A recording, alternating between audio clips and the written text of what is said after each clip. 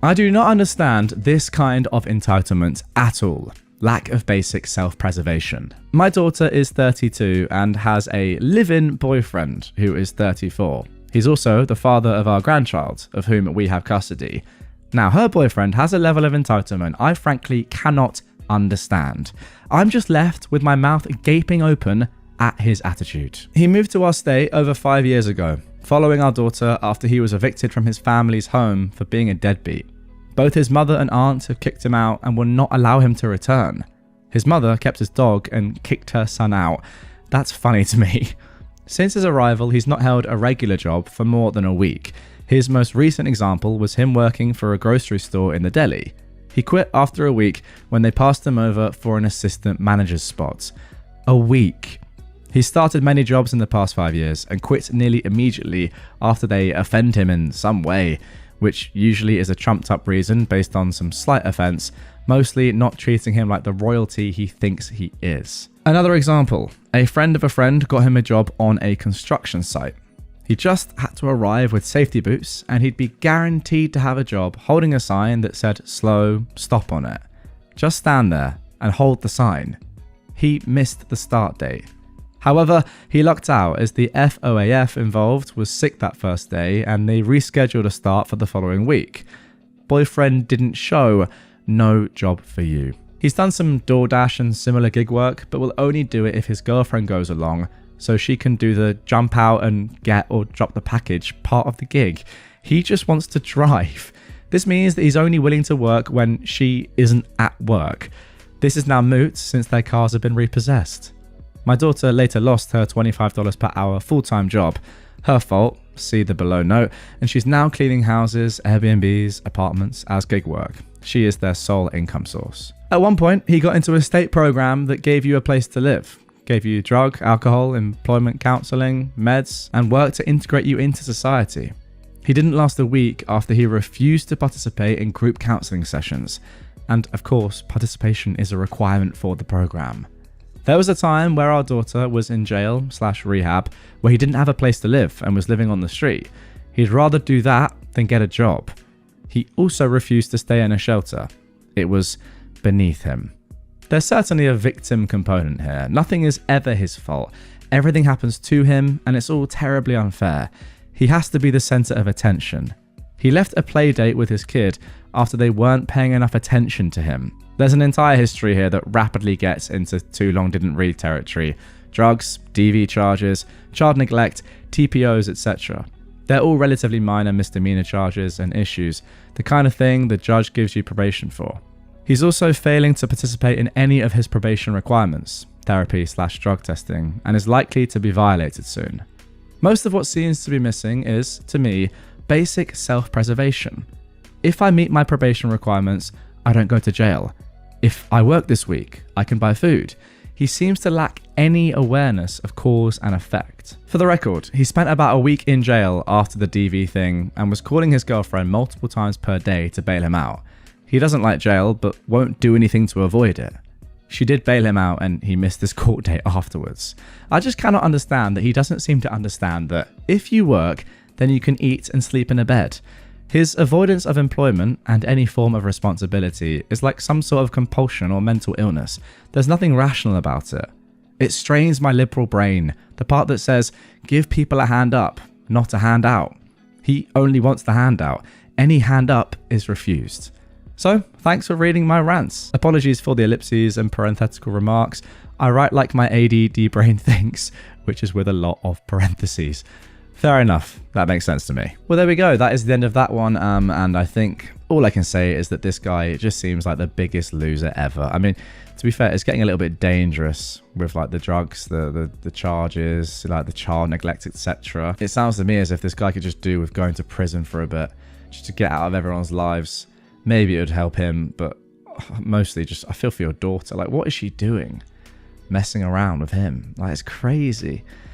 I don't know. I don't know what she sees in him. I don't know. That's the power of love, I suppose. But goodness me, how can you be with someone as pathetic as this? Is actually insane. And yeah, as I said in the intro, this guy is a definition of entitled. Just nothing going for you at all. No drive, no effort in your life to improve it. whatsoever and just expects things to be handed to him. What a joke. Entitled bully gets their just rewards. My wife has an entitled coworker/acquaintance. I use the term acquaintance as she does run in our friend circle, but we try to limit or avoid contact with her. We'll call her Carrie. Anyway, Carrie is known for bullying co-workers at work, saying that she can get people fired, she can't, screaming at people, and at large, just general bad behaviour. Her favourite thing to intimidate people with is to tell them to F around and find out. Remember this for later. So, Carrie had an F buddy. Nothing serious, just a guy she'd bang and kick out the door. Carrie is also notorious for collecting engagement rings. She'd begin dating a guy, get a ring from them, get them to pay off some bill for her, then kick them to the curb. Again, I bring this up only as context to her character and to reinforce that the F-buddy guy meant nothing to her. She didn't actually date him or try getting a ring from him. She used him and then kicked him to the curb whenever someone with money showed her attention. She'd also frequently talk trash about this guy behind his back. So, Carrie was on one of her short-term engagements. So the F-buddy, let's call him Bill, was currently not someone she was seeing, as the new guy just bought her a $6,000 ring. I'm serious, she actually collected engagement rings like they were Pokemon, and paid 10 grand to get her roof fixed. So she was happy with this guy and had no interest at all in Bill. Enter Mandy. Now Mandy is another co-worker of my wife and Carrie. I personally don't know her, but from what I've been told, she's just got out of a 15-year marriage where she wasn't allowed to do anything and was very controlled. Carrie and Mandy are friends. Well, drinking buddies. Carrie likes to drink a lot, and by like, I mean all the time, but nevertheless, they were on good terms. So randomly, Mandy meets Bill. Mandy doesn't know Bill's history with Carrie, nor that he even knows her. They hit it off, like really good, and they're getting along so well that they begin dating. And it blossoms into a great relationship, one that's built on respect and love. Carrie finds out and loses her frickin' mind. Again, she never dated Bill and never wanted to date Bill. She never had any interest in him besides sex. Heck, she's currently engaged to a guy, but no, Mandy took her man, and she let the world know about it. Carrie started by going to their boss daily and asking him, "Why does that little female dog still work here?" She would also loudly exclaim this on the work floor for all to hear. Also, Carrie spent a whole hour yelling and screaming at her for something that Mandy didn't even do. She'd also frequently harass them both when they were out and about in town. She'd loudly call Mandy a female dog, a tramp, the C word, just all the nasty things you can say about someone. She would not only loudly say these things in their proximity, but tell anyone that would listen, or not listen, basically just anyone around her, how she was wronged by Mandy and Bill, and what she thought about it, and that Mandy is effing around, so she's going to find out. Fast forward 2 months, Mandy and Bill are still together and extremely happy. Carrie is, not surprisingly, no longer engaged to that guy. Also, not surprisingly, she's already been engaged to another guy and married after a week. Where is she finding these men, by the way? Who are they? It was unfortunately the 2-year anniversary of the passing of a mutual friend of all parties involved. Carrie is using this time to take the week off work to drink. This is a whole other can of worms. Basically, she isn't as close to this person who passed as she claims to be. But anyways, once work is over, everyone else agrees to go to the bar to have a drink to celebrate the departed life. So again, once Carrie, after 2 full days of drinking, sees Mandy, she begins to lay into her with all the slut-shaming stuff. Mandy, finally having enough of it, attempts to talk to Carrie in an attempt to reconcile. Carrie's having none of this and keeps calling her names and proceeds to tell her that Mandy is freaking around and is going to find out, and ends calling her a C word. Well, I'm guessing something snapped, and Mandy straight snapped and threw a beer bottle straight at Carrie, hitting her in the face. Imagine the cop in The Big Lebowski throwing the coffee cup, knocking her on her butt. There's a slight pause and someone I don't know pipes up. "It looks like you were the one that effed around and found out." Carrie, obviously stunned, gets up and leaves. The next day, she showed up to work with a very obvious black eye. She's not saying anything to Mandy, but she's going around to everyone else complaining that she was the victim, not understanding that everyone has been watching her bully this poor girl for the last few months. And that's kind of it. Nothing else has happened since then, but if it does, I'll let you know. Sorry, this got long-winded. There we go, some classic entitled people karma right there. Like, this person is just a bully. You're absolutely right. And no one was ever going to take her side in this one. And I'm sure that a lot of people at your work are pretty delighted, I mean, as far as you can be delighted that someone has been physically hurt, that she got assaulted, because sometimes that just needs to happen. Now, a few of you in the comments of one of my recent videos, and you were right to do this, by the way, said, when I said about sometimes I do think like a little bit of violence is the answer, you said that's wrong. And I kind of agree. However, again, like, I read something like this. This person's getting horribly bullied. Nothing was changing. Is a bottle in the eye the worst thing? Like, she's fine, isn't she? She's got a black eye. That'll heal in a week. If she's going to stop bullying, I don't know. I'm just saying. Sometimes violence can be the answer in rare, extreme circumstances where everything else has been tried. A little bottle to the eye, you know, maybe that's the way forward. I'm not being 100% serious there, but I don't know. The world's unfair, man. Sometimes you need some good karma like that. Now, the next two stories I've got for you today are relatively similar. They involve a couple of entitled people entering locations very, very close to their closing time. Let's get into the first one right now. Then you should have come in before 10. This is a story from the time I spent working in a kitchen. It was a restaurant right next to a music venue, and we got busy on concert weekends, but during the off-season, it could get quite quiet with just a few regulars. We had music nights, and the bar was usually serving drinks until close, so we would be open all year. During a quiet late fall day, after doing cleaning and checking dates, we had some apples that needed to be used for something before they got mealy. I used the opportunity to work on my pie recipe. We usually didn't do pies, so it was a change of pace and it kept me busy, so I wouldn't be forced to scrub some unused corner. The pie was great, and the head chef said it was one of the best he'd ever tasted. He even took one home to eat. Kitchen closes, and we clean everything and break down our stations, put dates on our stuff, and throw it in the walk-in. I get to the point I could wait out the last 10 minutes at the bar. It's 5 minutes to close, and I'm waiting for my ride home. In walk the entitled customers.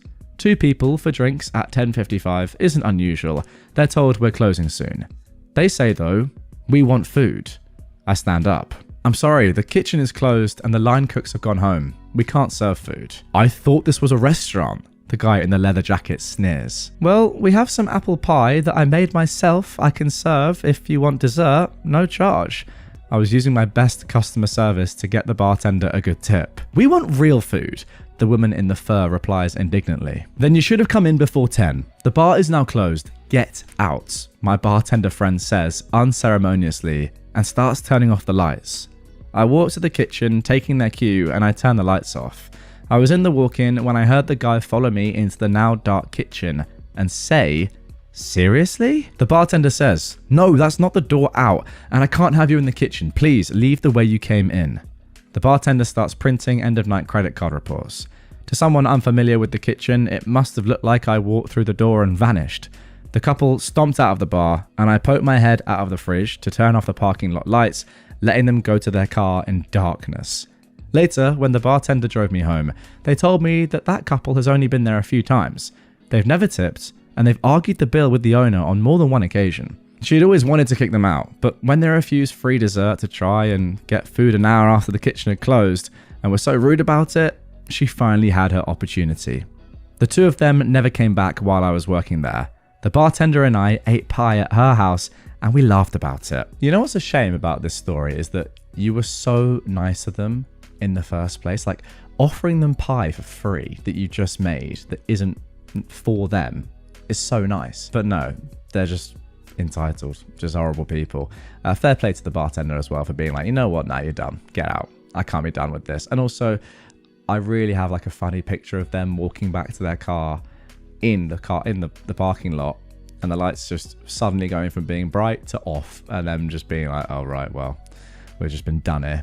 Great stuff. I kicked a client out the door because he came in 5 minutes before closing. I work at a copy center. We print documents and photos. At 9:54 p.m, a guy came in to print business cards. First of all, why the heck is he here 5 minutes before closing time? Second, he came in with something that can't be solved in 5 minutes because A, it's frickin' business cards, and B, he started asking a bunch of stupid follow-up questions, meaning he had no idea what he needed. You're probably guessing that business cards are printed and sliced on a machine in large runs. We have a minimum of 50 plus pieces in our production facility, and that it's not done in a regular office with a Xerox machine. Even if it isn't, that's fine, because you'll likely listen politely to my explanation, realise you won't get the results you want now, and go home afterwards. But he didn't go home. He continued to ask if it was possible to print on a regular sheet of paper right now. I, knowing the tricks of Xerox, said that no, double-sided printing of business cards will not work. It prints with a shift of a few millimeters, and if you adjust the layout of business cards to this shift, you'd just be freaking tired of moving this trash by a millimeter on the screen, but the result won't be achieved, and the colour will definitely not be the same. He continued to insist that he needed these stupid business cards and asked how long it would take me to adjust this layout, to which he received a direct answer, no time, because I won't be doing it, especially now. But even after that, he didn't calm down, and he asked me to make him some that are at least one-sided. To make him finally go away, I actually printed him a couple of sheets of his business cards on plain paper. I'll clarify, I don't mind getting into a person's situation if they urgently need to do something to help them, even if working hours are over, but this guy came in with a blissful smile and a pile of questions, not giving a frick about the fact that it's not my working hours. What killed me was when he started asking irrelevant questions, like, where do you go to college? Again, nothing wrong with small talk, but not at 10 PM. I realised he's a total jerk, and at this pace, he's going to sit here until he's tongue-tied or ends up starting to hit on me.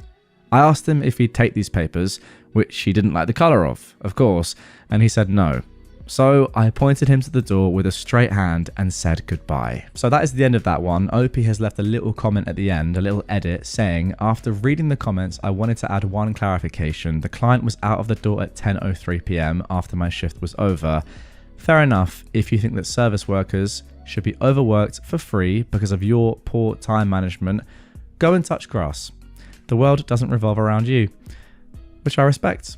You're not getting paid overtime for helping him out, you know, as much as you're saying earlier that yeah, you would normally help. If someone is just doing this on purpose, which it seems like they are, like, if you don't have the courtesy to be like, I know it's really late, can I do this? Like, do you have 5 minutes, whatever, to even ask that question, and then just ask loads of random questions when it must be pretty obvious that this person, OP, is trying to get out and close up, then you are a bit of a jerk, realistically, aren't you? So, yeah, there's like, on the one hand, good customer service. On the other hand, I'm not getting paid for this for overtime and you're just being horrible. So what's the point? So I rate what you did there. Well done, and it sounds like you only lost 3 minutes of your time. You want to hit a disabled person? Have fun with 30 plus years in jail. This happened in January, but the district attorney called me 2 days ago with the update. I am a wheelchair user because of a fainting disorder, severe POTS for those wondering.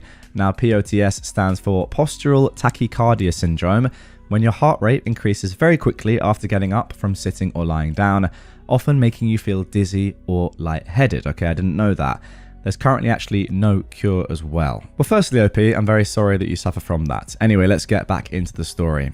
I came home from work to see a car parked right under a no parking fire lane and on the sidewalk. It blocked the way into my apartment and I had to leave the wheelchair in my car. I started taking photos of the car because this had been an issue with the owner for months. My landlord had told me to get photos of it and email them to him every time she did it after I mentioned it in passing. While taking a photo, the owner came out of her apartment to scream at me. I stayed calm and I tried to walk into my apartment. She got in my face to continue screaming, and by reflex, I just shoved her back. She then grabbed me by the throat and began to punch me. After a minute, my neighbours and roommate, who were having a smoke, came running and got her off of me. Police were called, paramedics showed up because my neck was bleeding, she had acrylic nails, and I ended up going to the ER because I had a syncope episode while the paramedics were there. Now again, a syncope is another word for fainting or passing out. I wasn't sure about that, but there we go. Someone is considered to have syncope if they become unconscious and go limp, then soon recover. I decided to press charges, thinking I'd just get an aggravated assault or something. I made sure that they got her while she was home because I knew she had a gun on the wall despite being a convicted felon. When the police went to arrest her, they found that the car was stolen without insurance, she didn't have a license, there were used needles all over the apartment with her 8-year-old child, and the gun was also marked stolen. The child is in foster care and she is now in jail without bond. The DA said that her child recorded it. She apparently told her to, and it was already ruled as an assault because of the overwhelming proof, plus the 7 counts of assault she's gotten in the past 5 years already. Oh my goodness. Had I gotten her nailed with it outside her home, she would have only gotten probation, since she was a parent. But now she's lost her kid, her home, her car, and she's going to be in jail for about 30 years or more, depending on what the state charges her with for the drugs. Wow. I mean, wow. Just coming out of your house and grabbing someone by the throat and punching them in the face. What sort of person does that? It's just insane. I'm not entirely sure, to be honest, if this revenge is nuclear. I think it's more just like the justice that this woman deserved. Like, yeah, 30 years is a lot, but that's the way she's lived her life. She's done so many illegal things that she deserves 30 years. Like, I think nuclear would be if you had grabbed her by the throat and then just killed her. That probably would be more nuclear. But yeah, being realistic, I think that this is completely legitimate, and, you know, the law has said she deserves to go to jail for 30 years or more. That's not nuclear, that's just justice. I'm not sure what the damage was to you in the end. You didn't actually say how badly you were damaged. I mean, you went to the ER, but were you there for a while or not? I'm not sure. I mean, your neck was bleeding, that's never good. But it sounds to me as if you did society a favor by taking this hit. Yeah, it wasn't a good thing for you. And whether or not you stayed in the ER for a long time or not, it's terrible. However, getting this woman off the streets, out of society and into jail for that length of time is a great thing. You had to sacrifice your neck, but it was worth it. Wow. What a terrible, terrible woman. Let's move on to the second story. Now moving on to our next revenge story. I got poisoned by my old job. I called in my dad, outed them for illegal practices, caused my 2 brothers that worked with me to quit with me, and plunged their store down their ranking lists. Now I warn everyone not to buy anything from there. This is going to be a long one, so settle down friends as I tell you the horrors of this danged store. So, I, a 21-year-old man, used to work at a particular chain of southern grocery stores that sounds like the word Pringles. I worked at their stores from age 18 to 21, and I only quit last year. I'm turning 22 in July. So yeah, these stores were the only places I ever worked. I don't want to get into all the nasty details, or we'd be here for years, but this corporation is so messed up and corrupt.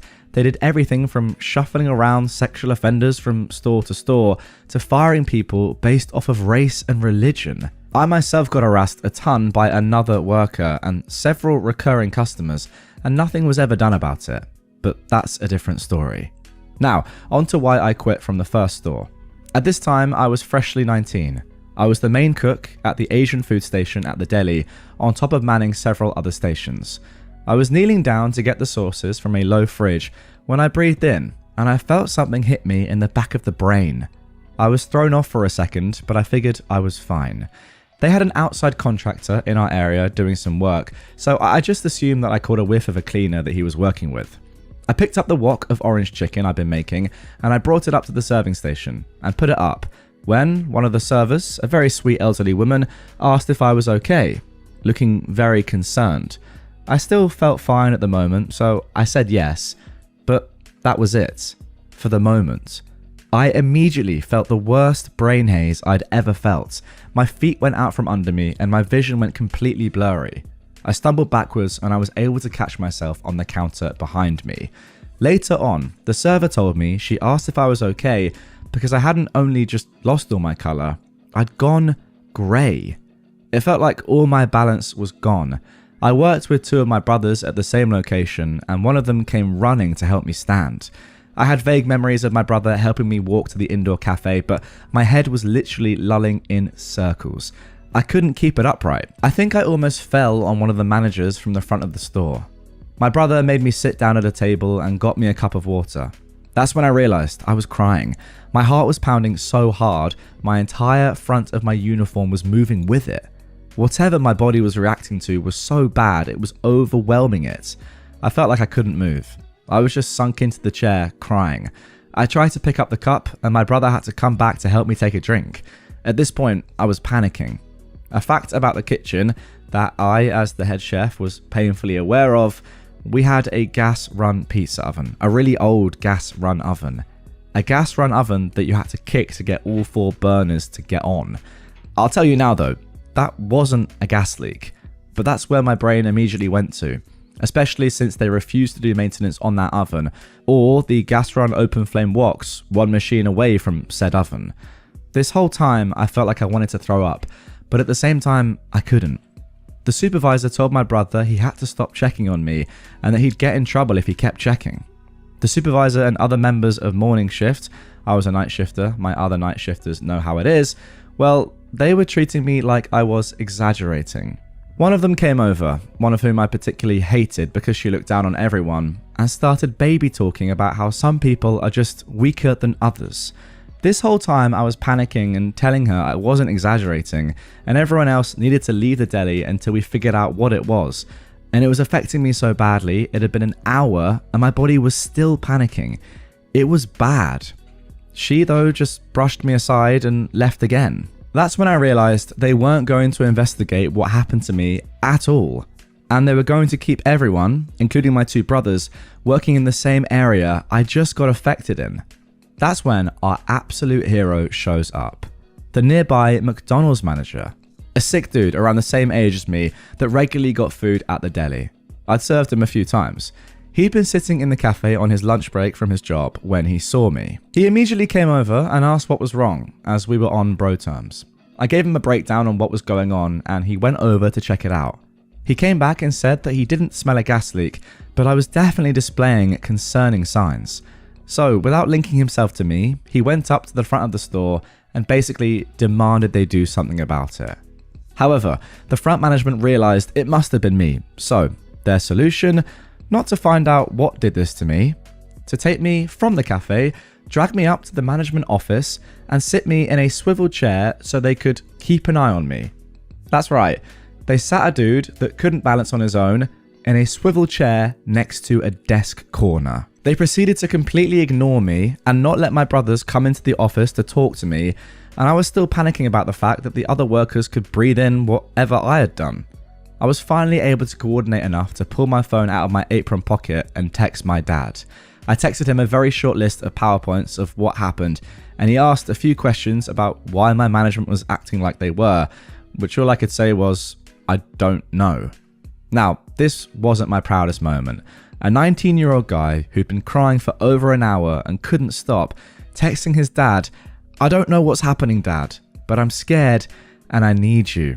You know what, bro? I've got to interject here and say respect for sending that message. That just shows that you're not too proud. I mean, people that are too proud wouldn't send that message. People that, have too much of an ego, even when they clearly need as much help as they can. I mean, who knows at this point? You might have been dying. I mean, we'll get on to more of the story in a second, but you've got to send these messages and not let your pride get in the way.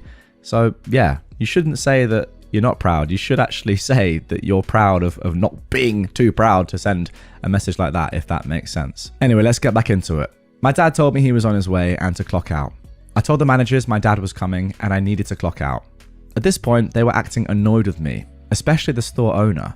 I could talk for days about how terrible the store managers were, so they were glad I was leaving. They offered to help me walk to the time clock. I should have taken their offer, but I was so angry and disappointed I refused, and I just held onto the front desk and shelving as I got to the clock out room. I clocked out and I stumbled my way back to the area I worked at to get my stuff. I had to bring my own supplies to work because they never gave us new equipment, so I had a whole backpack I needed to grab. My brothers immediately tried to run over to me when they saw me, but the manager blocked them and told them to keep working. How toxic is that? Before I could get my backpack, my manager, a woman that I'd been working under since I was 18 and frankly scared me, blocked me from going into the back room to get my bag and started demanding answers from me. Once again, this is not a proud moment. I have a medical condition that made me stop growing at 14, so I'm pretty easily intimidated. She was taller and stronger than me, and I still felt completely vulnerable. All of my senses were still shot, and my body was still in panic mode. I tried to answer her questions, but I was just mumbling and stumbling over my own words. That's when I saw him. My dad. My dad is a 5'6" man who worked as a jack-of-all-tradesman for most of my childhood. I'm talking plumber, electrician, groundskeeper, roofer, builder. At this time, he was working as a contractor, so he quite literally was building and modifying higher-class houses in the mountains. He came storming in his contracting gear with a bandana wrapped around his head. That is when I knew I was going to be okay. My brothers talked about it later, but if anyone knew anything about my dad, if he had that bandana on, he was going after someone, and they were royally screwed. He walked up and immediately crossed his arms, demanding to know what happened to his kid. Once again, not a proud moment, but I moved to hide behind him. My manager was caught off guard for a moment, but recovered and started telling my dad that I'd just overreacted to a cleaner the contractor was using. At that time, I'd figured it must have been something that the contractor was using, but I didn't know for sure, so the fact they knew what had done this to me and didn't feel the need to tell me made me mad, but it annoyed my dad so much. He demanded to talk to the contractor.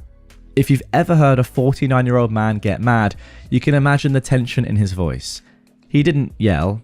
He never yells, but when he gets serious, the tension in his voice is genuinely terrifying.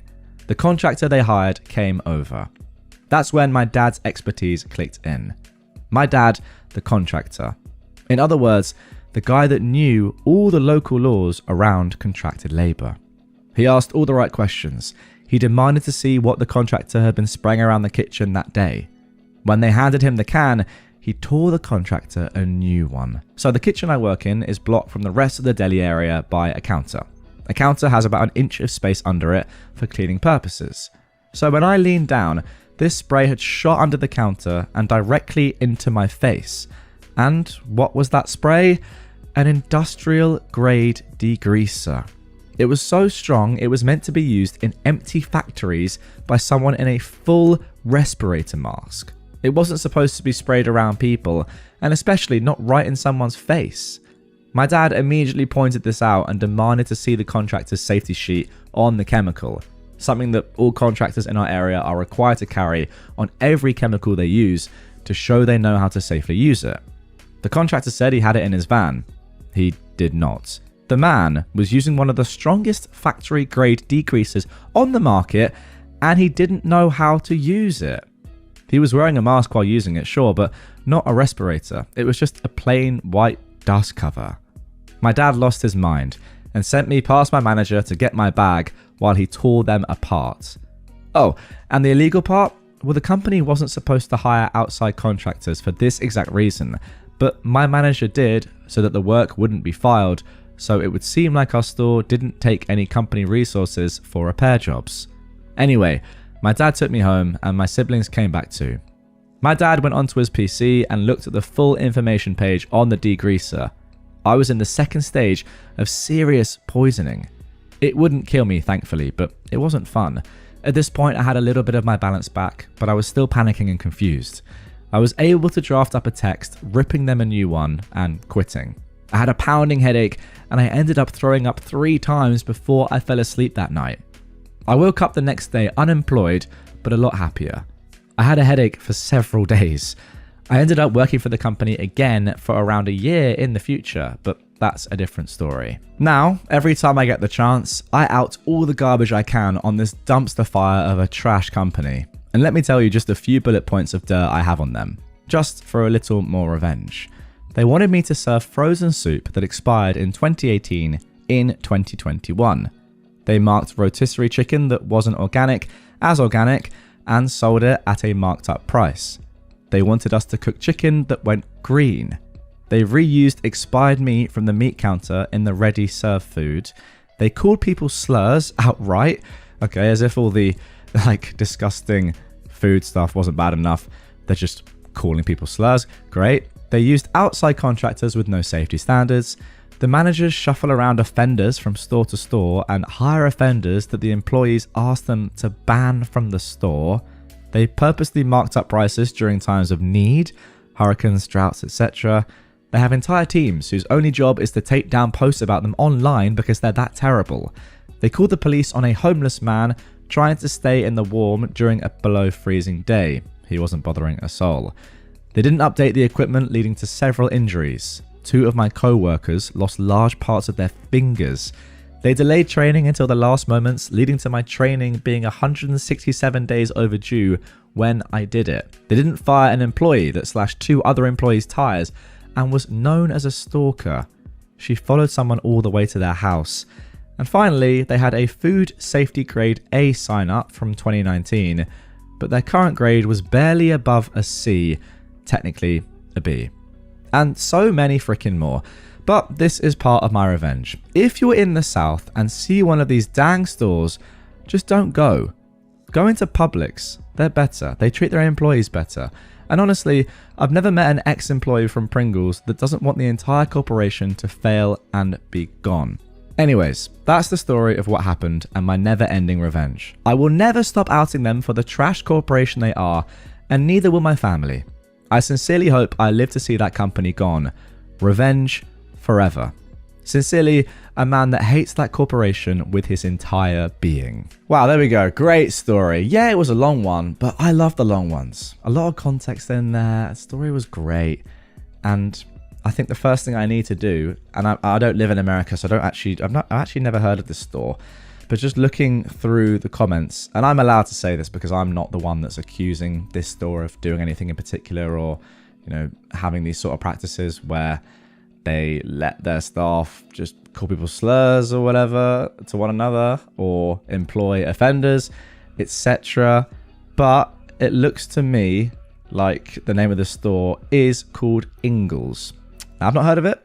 Those of you in America, let me know if I'm right or not. But yeah, apparently it's a pretty small chain, only a little over 200 locations.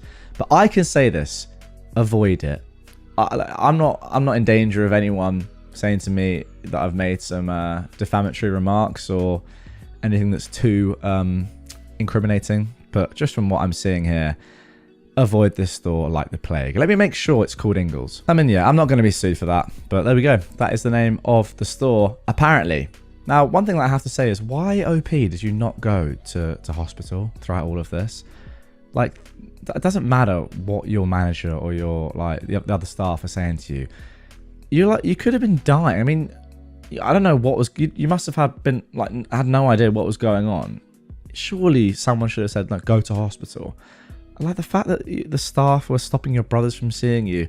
If I'm your brothers, I don't care. I'm getting in there. I'm saying, no, we're going to hospital right now. That's the only thing I don't really understand about this story. But overall, yeah, great stuff. And you're right. If telling your story online, even me like narrating it now, giving my thoughts on it, and you guys all listening and watching to this helps people not go to Ingles anymore, I think it's worth it. Hopefully I can't get sued for this, but I don't mind saying what I've just said based on what I've just read. Okay, now for our third revenge story. Revenge on my former neighbor who vandalized my vehicle. This happened about 15 years ago. My wife and I purchased a home deep in the country in an effort to simplify our lives. We quickly met our neighbors and everything seemed good. A year or so after we moved into the home, my wife got pregnant with our first child. I traveled periodically for work at the time and I was out of town. My wife was wanting to take a relaxing soak in the tub as her feet had swollen due to the pregnancy. As she was trying to relax, the neighbor's dog was barking incessantly. The dog was a large breed and had a big bark. This went on and on for 30 minutes or so. My wife had a pregnancy psycho moment and got out of the tub, put on her bathrobe, and screamed out the door at the neighbor to shut their barking dog up. Well, here is where the story gets pretty fun. The neighbor went full-on redneck on us. They renamed their Wi-Fi SSID to, quote, I love barking dogs. We would find random things vandalized on our property. One day I came home from work to see my wife picking stuff up from the driveway. Well, it turns out that this redneck had thrown some poorly made nail devices in our driveway in an attempt to puncture my truck's tires. The next event was truly diabolical. I left for work the next morning, and by the time I got to the interstate, My brakes felt sort of squishy. I pulled into a truck stop to inspect the truck. The petcock valve on my front right brake caliper had been loosened, and my brake fluid had mostly drained out. This guy tried to kill me. I went postal, but with insidious methods. I work in the IT field, so technology is my thing. I had an old laptop that I installed an OS on that is used for security penetration testing, and I cracked their Wi-Fi. I printed interesting things on their printer, including a convincing email from another woman to the husband. I printed prawn photos. I'd love to have been a fly on the wall when the cow found that. I discovered that I could go online and sign up for a prison romance pen pal. I signed his wife up and wrote a letter that was supposedly from her. I gave their address and I told the inmate enough about their life, how long they'd been married, what the hubby did for a living, how many kids, dogs, etc. they had, stuff like that, to make it convincing. I expect that her husband had a few words for her after that. I've never told this story before, and I hope it brings someone else even a little bit of joy. That was a funny one. Now, importantly, guys, some of you might be wondering, like me, okay, that's great and all, but did anything actually happen? As in, what were the repercussions? Because this guy has tried to kill you and you haven't gone to the police. So somebody actually asked OP in the comments, okay, but did this actually achieve anything? And OP said, we moved shortly after. I heard they got divorced a couple of years later.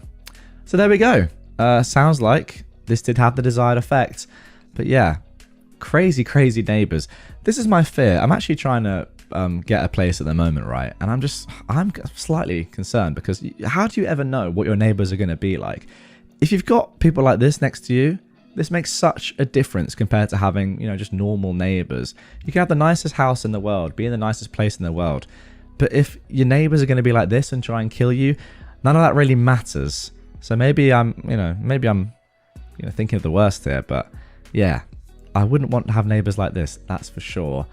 However, I suppose if I do, then I'll have some great stories to tell. Now for the final story of this episode. Sent flowers to a, quote, dead ex. I am an 18-year-old guy, and I had an ex who was an 18-year-old girl who I haven't talked to in months. Fast forward to last week, I was talking to a group of friends and her name came up in conversation from a friend of a friend.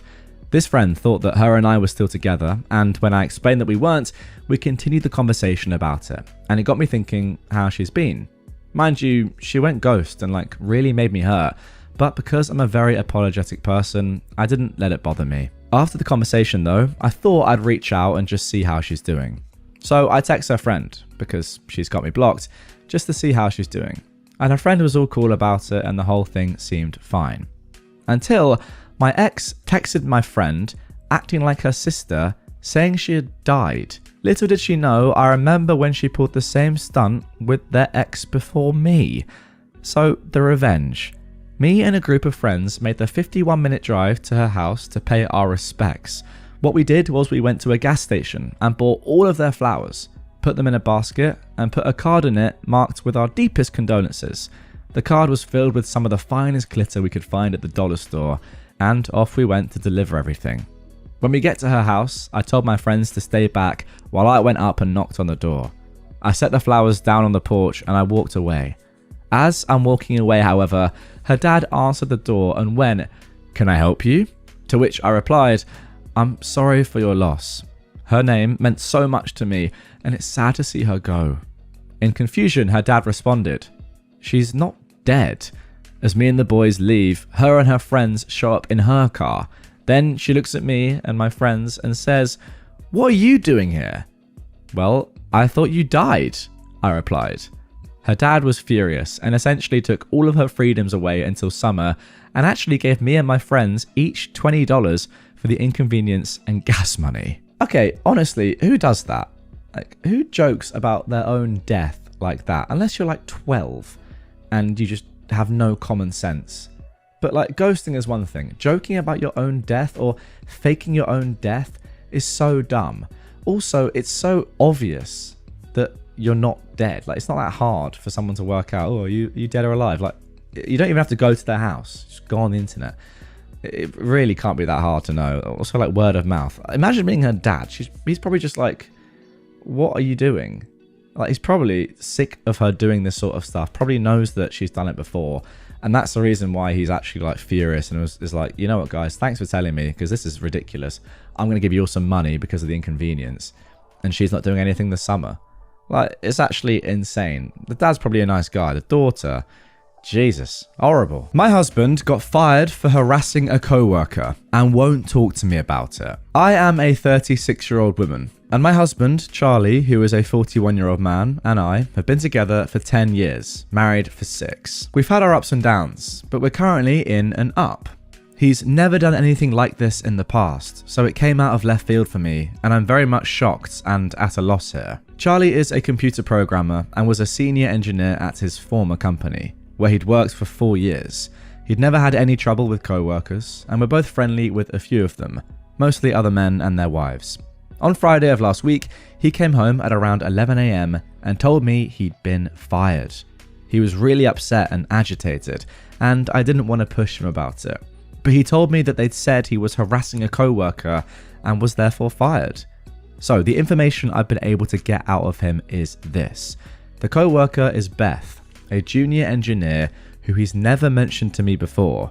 He said she's, quote, terrible at her job. Beth slept with a senior engineer we're both friendly with, Darren. Darren wasn't involved in the harassment, wasn't fired, etc. The company's lawyers were there, and among the things they told him was that Beth could have pressed charges, but chose not to. Something happened with her car, but he won't say what. His exact words were, there was something with her car. And finally, he was escorted off of the premises and is not allowed back in the building to get his belongings, and instead has to arrange with security to pick them up after business hours. As far as anything else goes, he won't give me any details. He isn't interested in seeing a lawyer because he says that everything is legal. He's basically admitted to, quote, sending Beth some emails, but he won't say what they said or anything like that. I don't know if Beth sleeping with Darren had to do with it, but the fact that he gave me that detail makes me think it does. I'm not sure how that relates. Darren is a very nice single man who's in his late 20s and approximately the same age as Beth. My mind is running wild here. Charlie has been depressed and withdrawn all weekend. He won't talk to me about it, and he won't talk much in general. I work remotely, so I was home all day with him, and he played video games all day and then went to bed at 6 PM. The fact that he won't tell me anything and isn't interested in seeing a lawyer makes me think that it's bad, and it makes me worry that everything is true and not just a misunderstanding or a small thing blown out of proportion. He has never been flirtatious with other women or cruel to them, and he's also never said anything bad about other women engineers that he's worked with. I don't know what to do here. My instinct is to be supportive of my husband, but I don't know what kind of behaviour I'd be supporting. I don't want to run to his co-workers we know and ask them, since they're more our friends than my friends, and while we spend time together at get-togethers or bars, I'm not close with them. In an immediate sense, I don't know what to do about helping someone who is so depressed and won't talk to me. Okay, there we go. That is it for the original post. I completely get what OP is saying. You want to back up your husband here, of course you do, but you don't know what he's done. Can you support someone when you don't know what they've done? I'm not entirely sure, even if they are your husband. If he's not giving you the details, then that's not really your fault. Anyway, let's jump into some top comments before getting into the update for this one. Somebody said, I would tell him you have to assume the worst if he won't be honest with you. I've got to say, he must have done some bad stuff to be escorted off the premises with no warning like that. Either he was hating on her and went over the top, or he tried to F her and went over the top, or he tried to F her and then hated on her. Okay, I suppose, maybe, but I'm not sure about sort of guessing what he's done either. It's one thing him not telling you, it's another thing trying to work out what he might have done. This comment continues saying, edit, I've just reread the whole thing. I'm guessing that he tried to F her, then sent crazy emails and vandalized her car. He could easily still be charged criminally and or sued. Yeah, as I said, I'm not sure about jumping to conclusions, but I get why the people of Reddit are trying to work out or, yeah, guess at what might have happened. Somebody else actually replied to this comment saying, I've worked at larger companies, and when they fire people, sometimes they are walked right out of the building. The reasoning is they don't want the fired person to make a scene and rock the boat. It's heartless in my opinion, but it does happen. Something tells me that OP's husband did something terrible because lawyers were there and apparently the girl could have pressed charges. That is very unusual. My guess is OP's husband got jealous that Darren was sleeping with Beth and not him, as he had a crush on Beth for a while, and he flipped out and went all nice guy on her. He mentioned there are emails, so there is evidence in writing as well. This does not bode well for OP. Again, I can't really argue with this comment, and this does seem pretty reasonable. I'm just not sure that I want to go there and say what might have happened. I mean, maybe I'm sort of doing a little bit of a cop-out there because I know there is an update to come, but just my opinion. Anyway, one final comment said this. Seeing as it got so far that he's been fired and he doesn't want to fight it, it sounds like the allegations are probably true. The fact that he brings up Darren makes it seem like he's harassed her as a result of sexual jealousy. Does he usually shut down conversation on things? Does he usually keep things from you? I'd be very cautious about what he's hiding and what it means for you and your relationship. Even if it's not sexual and it's just plain old harassment, do you want to be with a grown man who harasses young women to the point he gets fired? It's a good point. I mean, he's 41. Beth is, in her late 20s.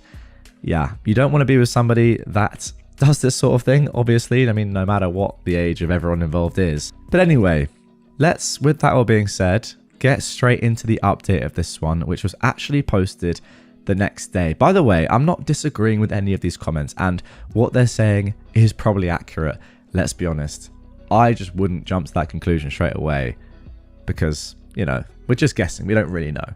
But let's see what actually did happen in the update. OP says, my thread was locked before I was able to respond to any of the comments, but I was able to read them this morning. I got up at 5:30 to go to the gym before work, and my husband was still awake playing video games. I presented him with the very good idea that somebody suggested of sending me an email with the details, but that it wasn't acceptable to shut me out of this situation since it affects me too. His response was basically, the paperwork is in my car. Go get it if you want to read it. I asked him to go and get it so we could look at it together, and he said, you're going to believe what you want anyway. All of this is unusual for our marriage because I'm a pretty patient person, I think. We went out to the car together and he got in, handed me the papers, and left. Well, that is not a good sign. For about 2 hours, I was panicked because I didn't know where he went, if he was okay, if he was thinking of hurting himself. But his mum texted me at 9 saying he was over there, asking me what happened, if everything is okay, etc. His parents live about 15 minutes away, and I guess he told her he's going to be staying there. So, the paperwork. According to the paperwork, he sent Beth multiple harassing emails from anonymous email accounts. The emails are printed out and attached. He apparently did this while at work, and they've been monitoring his user account for 3 months. The emails aren't sexual or romantic in nature, and they're all anonymous, and about how she sucks at her job, wouldn't be there if she wasn't a woman, how she should quit before she gets fired, and how everyone in the office hates her. He made fake user accounts for his company's product that she works on and submitted bad reviews of her work. He also did this while logged in at work. He sent an anonymous email to her boss saying that she was sleeping with a senior engineer on another project. He put a gun catalogue on the windshield of her car. I don't know what this gesture means, but I obviously understand that it was meant to be threatening. Unfortunately, inside was a subscription card that the company auto-filled with his name and address. She also says she's been harassed for the same length of time, about 3 months, on Twitter. He only logged into one Twitter account that harassed her at work, so they can only say that one was him, all telling her to quit her job. So, I don't know what to do now. This is all terrifying to me, and I feel so bad for this woman. I have no idea what this is all about. He works with other female engineers, he's worked with male engineers who don't pull their weight, and he's never done anything like this. I would have bet $1 million that he'd never do anything like this. He's at his parents' right now, and I don't know what my next move here could possibly be. This is so scary and out of left field to me. Goodness me, there we go. That is it for the update. Let's jump into some final comments. OP's actually added a little bit more information first of all before I give my final thoughts. So OP said this in the comments down below. I forgot to mention this paperwork is copied from the original and was signed by both him and his company. I don't know if that's a full admission, but it seems damning either way. Somebody said in response to this, time to sit your husband down and give an ultimatum. He needs to give you his side of the story or you two are done. This is clearly a Jekyll and Hyde thing going on. Somebody else said, your husband needs serious therapy. What you describe is absolutely abhorrent behaviour. If he is unwilling to get help about this or do anything to convince you that he understands how wrong what he did is, you should seriously consider getting as far away from this man as you can. What he did is evil. Okay, there we go. That is it for the first story of this episode. And that's kind of the reason why I didn't really want to jump to conclusions, because yes, what we've seen there is disgusting. I'm not taking away from that fact, but there was no like sexual stuff in there, which a lot of people were saying in the comments in the original post. I mean, doesn't really change the fact that you've got to leave your husband, right? Like, what is he doing? Also, why is he doing this? This is the main thing that's just so weird. Like, what's happened here in his mind for him to do this? To be honest, it doesn't really matter, but you can't be with someone like this. If he's doing this to a younger woman, I mean, you're a younger woman than him, so who knows? He could easily at some point in your lives together act like that with you. It's too scary, right? You got to get out of there. The cyber harassment is one thing, but leaving your name and address in a gun catalog that you put on someone's car, I mean, leaving the name and address is stupid, but a gun catalog on someone's car? Now, I'm not entirely sure whether that's like him saying to her, I'm threatening you with, a gun, or perhaps he wanted that to be found by, another member of staff on her car. Depends what sort of state this is in. Like, if that happened in the UK, it feels like he might have been trying to set her up a little bit, but all the comments, and I presume all of you guys are saying that no, actually, like, that's just threatening that, he wants to shoot her or something, which is just crazy. Like, again, I know I've said this so many times on the channel, but it's so weird to me how some people can seem so normal.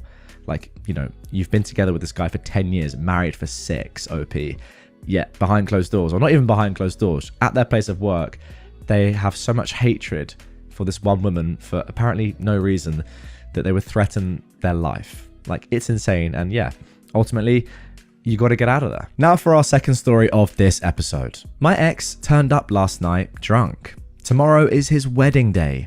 Should I tell his soon-to-be wife? I was with my ex for 2 years. It wasn't the best relationship, and we broke up because I moved for uni and just didn't want to be with him anymore. It's been almost 5 years since we broke up, and I'm engaged to be married with my fiance, who is absolutely my soulmate. Yesterday evening at around 10 o'clock, he rang our doorbell drunk.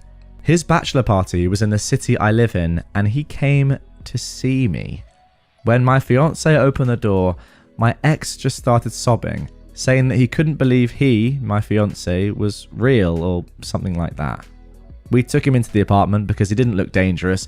He just vocally vomited before he actually vomited in our bath. What I could gather is that he was still very hurt because of our breakup, that he thinks that we could have made it work, and he regrets treating me badly. He then threw up again and called an Uber to his hotel. It was very surreal. He was fine.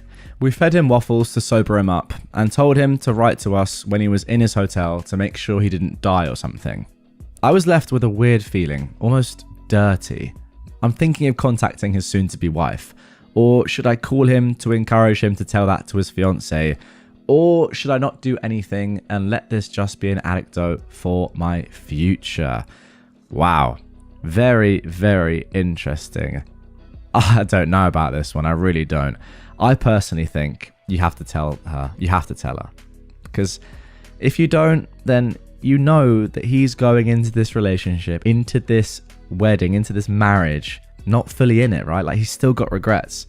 Do you want to be married to somebody that has regrets over their past and that is still, like, as soon as they have a bit of alcohol, thinking about their ex? No. So I think you owe it to her to tell her. I know it's not your place, but also, like, put yourself in her shoes. Anyway, let's see what the people of Reddit had to say about this. Somebody said, wow, interesting, they said exactly the same thing I've just said. Put yourself in his wife's shoes. Would you want to sign your life away to this person? OP replied, I guess I'd want to know, but I would also prefer my partner to tell me that. Yeah, I agree. It isn't your place to tell her, and I agree exactly with your logic there. Tell him to tell her, but I would also say, like, look, if you don't tell her, then I'm going to, because she has to know. Somebody else said, well, would he tell her though? Like, why would he tell her? By telling her yourself, you risk not being believed or coming across as petty, but at least you know somebody tried to warn her. Now, OP left a little edit and a couple of updates below this. First of all, she said, thanks for all the feedback. It seems like Reddit is as split on this as I am. Just because this kept coming up, my main goal with telling her is not for them to break up. I don't want that. That's not why I would want to tell her.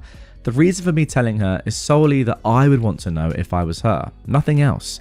It's also not me bragging about him not being over me. That's not something I care about. And I wonder how some of you twisted it into that. Also, a tiny update. I decided that contacting the bride was the wrong move because we are not friends. However, I sent his sister, an old friend of mine, a message basically saying to talk to her brother because he appeared at my door drunk and distressed and to make sure he was okay. She thanked me for the message and apologized profusely because my ex had been apparently acting a fool for a few weeks now leading up to his wedding. She asked me if I was okay and if her brother had gone back to the hotel room because they couldn't find him. I told her he'd Ubered home and had written to us that he had arrived in his room at around 11:30 p.m.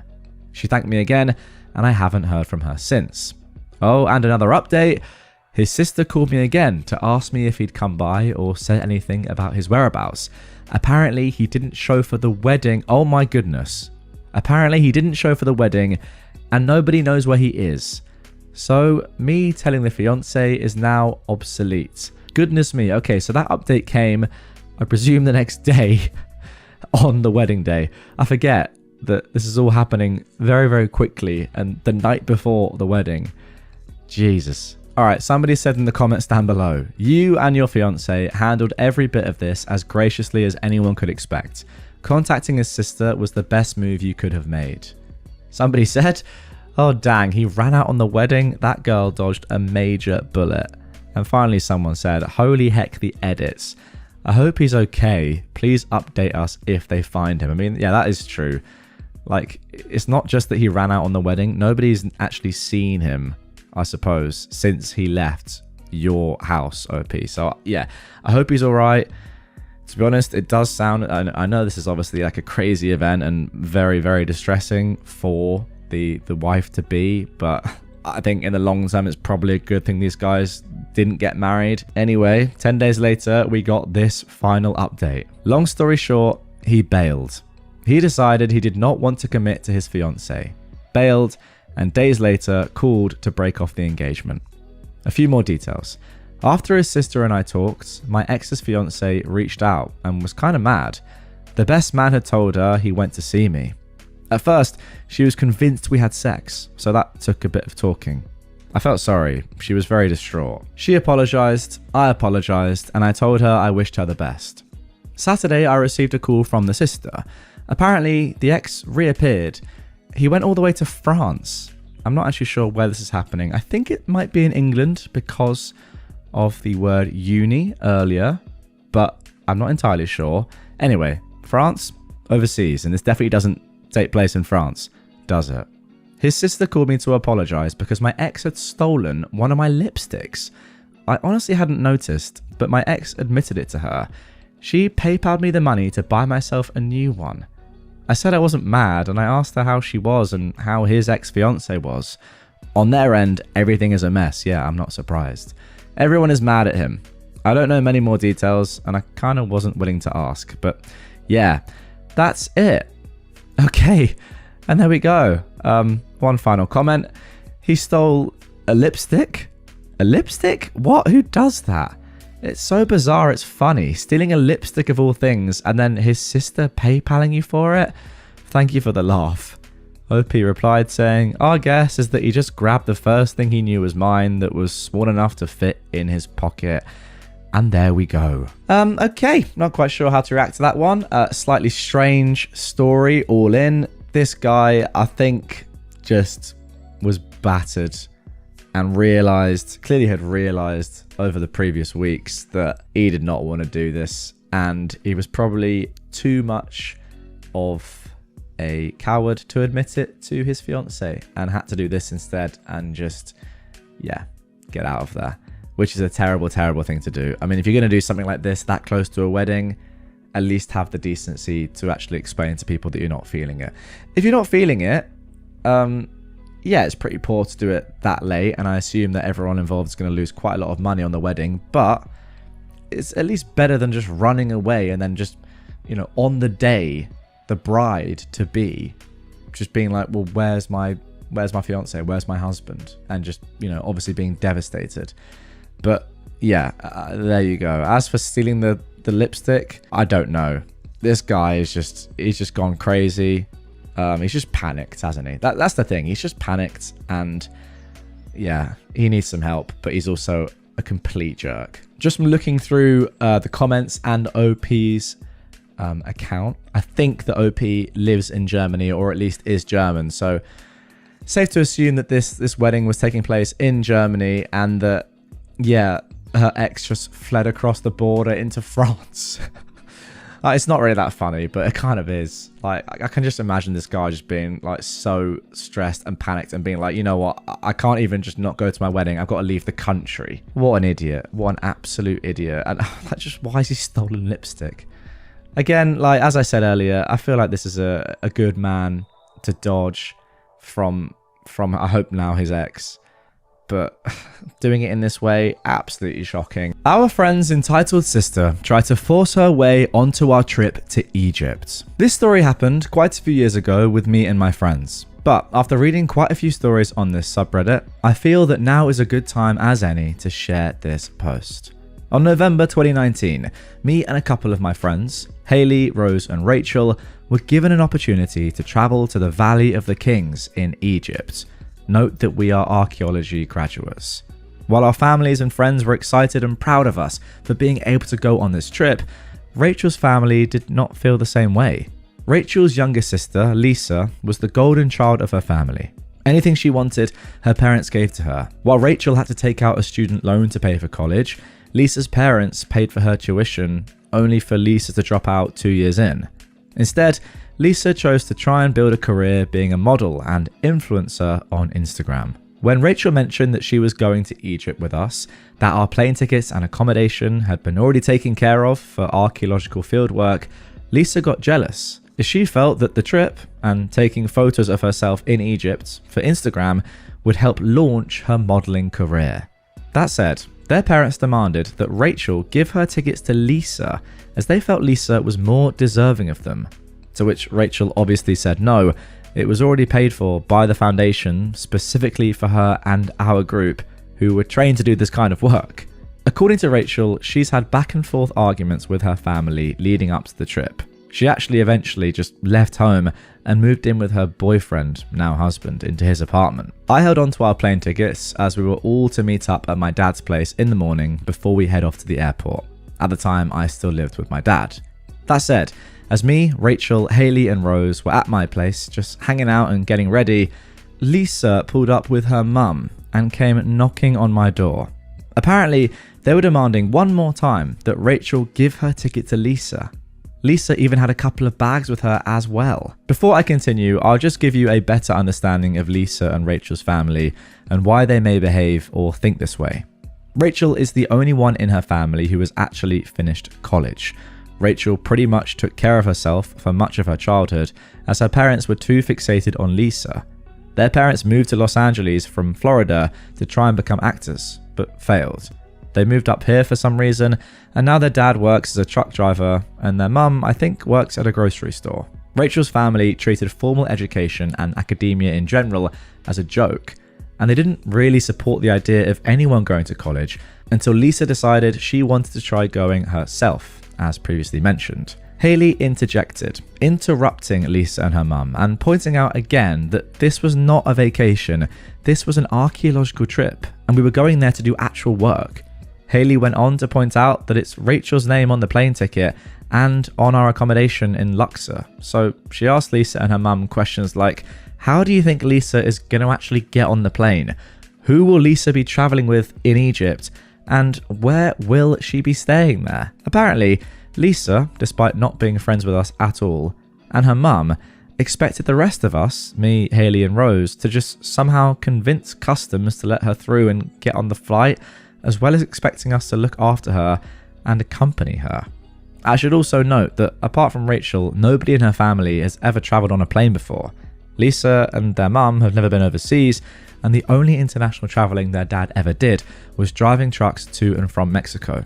That said, I'm guessing this is why they don't seem to know how plane tickets or customs work, but that's just my assumption. Well, that is a pretty fair assumption, although on the other hand, you could just say that they seem pretty dumb anyway, and may genuinely think that the name on your plane ticket doesn't matter and you can just get a ticket and use it, whoever you are. I then pointed out to Lisa that if she really wants to go to Egypt, she could just buy her own tickets and book her own accommodation. However, Lisa said she didn't want to do any of that, and she wanted Rachel's place on our trip, as she wanted all the expenses to be paid for and for us to accompany her, as she didn't want to travel by herself. Lisa and her mum eventually left after seeing that trying to argue and force her way onto our trip was not getting them anywhere, with the four of us, me, Hayley, Rachel and Rose, thankfully flying off to Egypt. After the dig at the Valley of the Kings, we did get to go and do touristy stuff, such as touring Cairo and seeing the pyramids of Giza. As for Lisa, while she still posts a lot on Instagram, she seems to have given up on a modelling and or influencer career. She's now just working in a warehouse. After the pandemic, she did get to go on vacation to Cancun though, but that is about it. Okay, and there we go. That is it for the first story of today's episode. And the one thing I will say is that I am at least happy that Lisa didn't manage to make it to Egypt and didn't manage to climb up the pyramids of Giza. In my mind, and I'm not sure why, actually I know why, it's because over the past few days I've seen at least like 2 or 3 videos of tourists scaling the pyramids. I thought Lisa might also do this. So at least she hasn't done that and defaced, some of the most important landmarks there are in the world, or at least ruined them a little bit. But yeah, the audacity of both Lisa, but also just her mum, genuinely insane, is all I can say. Let's move on to the second story. My entitled sister thought she could make a living breeding pugs, and she let her kids live in the filth because of her dog hoarding. So to start this one off, OP has left an edit right at the top saying this: "I'm already getting hate for this post, and believe me, I don't blame anyone for it. I was spineless back then. I wanted to call CPS or something, but anytime I even so much as mused about it, the family laid into me. So I focused more on helping to take care of the dogs and kids. But my sister's increasing toxicity only made it worse. And by the time I did take action, it was after my sister was finally evicted. I'm not asking anyone to see me as a hero here. I was a coward. But what I'm posting is 100% the truth." Okay, so there we go. Now let's get into the post. My sister for years believed she could make a living breeding pugs. She used to have a breeding pair she named after sibling characters, ironically. Well, that's a bit weird. The first time the female got pregnant, I had to help with the birth. And that pug had like 10 puppies. It was months of dealing with a stinky puppy pen, and my nephews and I having to take care of them while my sister wasn't home. She managed to find homes for all but one of the puppies, and the final one she refused to sell because he was too cute. I knew it. I knew from the start that she'd want to keep one of the puppies for herself. She denied it, but then she did. Just to try and make it look like she wasn't keeping the puppy because she didn't want to sell him, she claimed she was giving him to her sons and he'd be their dog. That was complete and utter BS, and we all knew it. That third pug was a menace, and it only made all 3 pugs one terrible group of troublemakers. They urinated on the floor so much, they rusted out the vents. And my nephews didn't really take care of the third pug, as my sister claimed they were supposed to, as their dog.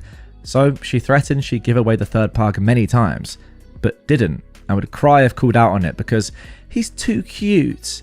After like 2 years of that, it finally was too much for her, and she gave the third pug away.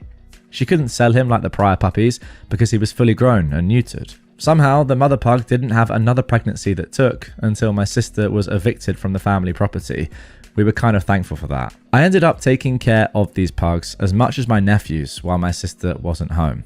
The first pug that became the papa dog wasn't so bad, but the female that became the mama was a nightmare for a while.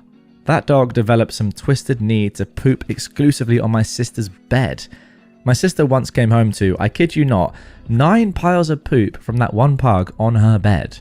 I'd see this dog come running into the bedroom after going outside, jump on the bed, give you a look like she doesn't care what you think, and she would drop a juice wherever she felt like, which would usually be on the bed as soon as you weren't watching her. And this dog was punished for it many times, but refused to stop. It got to the point where we had to keep her caged and the bedroom door perpetually closed, but she kept finding a way in if she was let out of the cage. Now just another quick edit here from OP. Avoid this and the next paragraph if you don't feel like reading about this dog.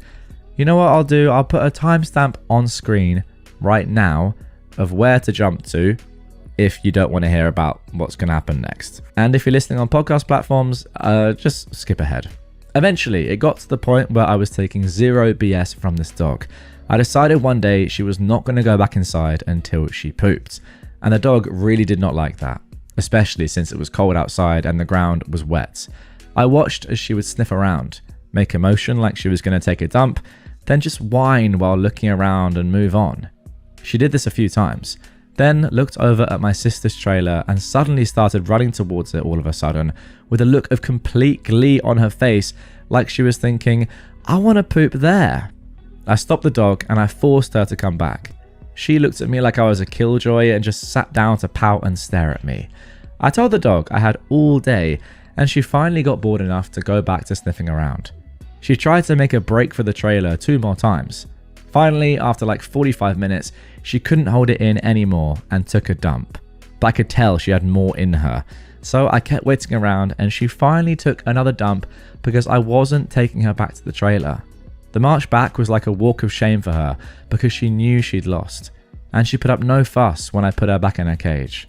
I kept up that routine until eventually she finally stopped trying to poop on the bed. Okay, I think we are done with the poop for now. So if you skip forward, you're safe. Eventually, my sister's at the time boyfriend brought home a puppy he got for free. This puppy was adorable, but grew into an absolute monster, bigger than my Akbash dog. He was huge and pooed and peed on the floor all the time, especially right near my middle nephew's bed. Okay, so the poop isn't really done yet. You know what? I think it's just part of this story, isn't it? It's kind of in the title. Anyway, when put on his tether outside, he would bark constantly. On days I had migraines, this dog drove me nuts, and he made it impossible for anyone to sleep at times, especially my father. This dog was so strong that he broke his chain tether numerous times. They couldn't use rope because he'd chew through it. He chewed everything. The 5th-wheel trailer my sister was living in on our property at the time, she bought brand new. That dog just destroyed it, even worse than the pugs did. That dog also destroyed plenty of stuff belonging to my nephews. Clothes, shoes, toys, anything it could get in its mouth. I had to fix my middle nephew's shelves with duct tape. What? Your shelves? Goodness me. We told my sister many times that she had to get rid of this dog. We even gave her an ultimatum more than once, but she still refused. She finally sold the dog to someone who had one of the same breed and wanted another one, and treated us like we'd ruined her life by making her get rid of this dog that she could not handle. Soon after, my ex-brother-in-law took his kids away and refused to bring them back. Not long after, my sister was given the boot, and she was out by January. When my sister got an eviction notice from the family property in 2023, she moved in with her only remaining friend and started breeding her pugs again. And just like last time, she kept the cutest one. Then her best friend kicked her out, and my sister got a new boyfriend who was also her drug dealer and moved in with him. Then her abusive boyfriend kicked her out and left her in a broken down RV trailer on the side of the road, and then he left her with a car that barely ran. By then, she'd burned like 98% of the bridges she'd had because she's an entitled narcissist. She spent 2 days living with her boyfriend's sister and let her pugs pee and poop all over the bedroom floor and didn't clean up any of it, so she got kicked out there as well. I had to clean it all up when I came and got her and her stuff, and then I had to spend a day following her numerous places with all her stuff in the back of my truck while she was trying to find someone to take her in. Most of the people she tried to get in touch with wouldn't return her calls or messages. And I was the only one walking her dang dogs. She just sat in her car on her phone the entire time. And then she tried to force me to take her dogs home with me. But I couldn't. Our parents are my landlords. They said no. My sister flipped out on me for it. She claimed our parents were allowing me to bring her stuff home in my truck for the time being, and her dogs were a part of her stuff. But I still said no, and she lost her mind. She spent the night in a car full of junk with 3 pugs. She didn't even have food for the dogs. I had to buy her some because she was broke. The next day, our mum got her a motel room for the night, and she was completely ungrateful for it. Then she went right back to her abusive boyfriend the next day. I just dumped her stuff off in his front yard. And I left. My sister finally had to surrender the mum and dad pugs to a rescue. But she kept that puppy. I'd previously told her she needed to give away all the dogs as she couldn't care for them if she was homeless. She said she'd think about giving up the 2 parent pugs, but refused to part with the puppy. I told her that trying to raise a puppy on the streets would not be good for the dog, and she ranted that dogs were great for the mental health of homeless people, and that she needed him. My sister was previously in touch with a pug rescue, but stopped talking to them. I looked this rescue up and I gave them a call, and they were worried for the safety of the pugs. So worried that they called me back to ask for or tell me updates on the situation. Eventually they called me and said my sister had surrendered the 2 parent dogs to them, and they gave her $100 each for them. I don't know if that was a normal thing to do, or if my sister maybe extorted money for the dogs since they were pure breeds and a breeding pair. They didn't clarify. But both dogs were highly adoptable, they told me, and likely found homes fairly quickly, if not even maybe sent to the same home. My sister also had a tabby cat that she couldn't take care of, and begged I take him. Not only did I take in the cat, I refused to return him to her later. He loves it here, and he was raised here. When I brought him home, he started purring the second I pulled in the driveway, and I mean aggressively purring. He couldn't see where we were because he was in his carrier, but he knew by smell. As soon as I let him out of the carrier, he was running around the yard like, "I'm home." My sister previously took him to live in a drug den with her abusive boyfriend, and would take him right back into that sort of life if I'd let her. I recently had him chipped and registered in my name just to keep her from taking him away. She's an animal hoarder. She'll keep dogs and cats and then just won't clean up after them. And if she has the money or the room, she'll get more. Over 20 years ago, she was living in an old manufactured home with 20 cats that she was letting pee and poop all over the place. I had to clean it all up for her many times because she wouldn't do anything. And when called out on it, she'd cry and say the cats were like her babies. I tell you, you don't know nothing about cleaning cat poop till you've had to use a shovel. Oh my god. Those cats were just pooping on top of more poop. It was like shoveling moist clay. At least I clean up after my cats. Recently, my sister showed up wanting her cat back, and I kicked her off the property. She threatened to report me, but she hasn't. Probably because we know she's doing meth and crack and doesn't want cops snooping around. When she wasn't looking, I saw the cat run away from her and hide under my house. And normally he's friendly with everybody. Then he started following me and meowing like mad.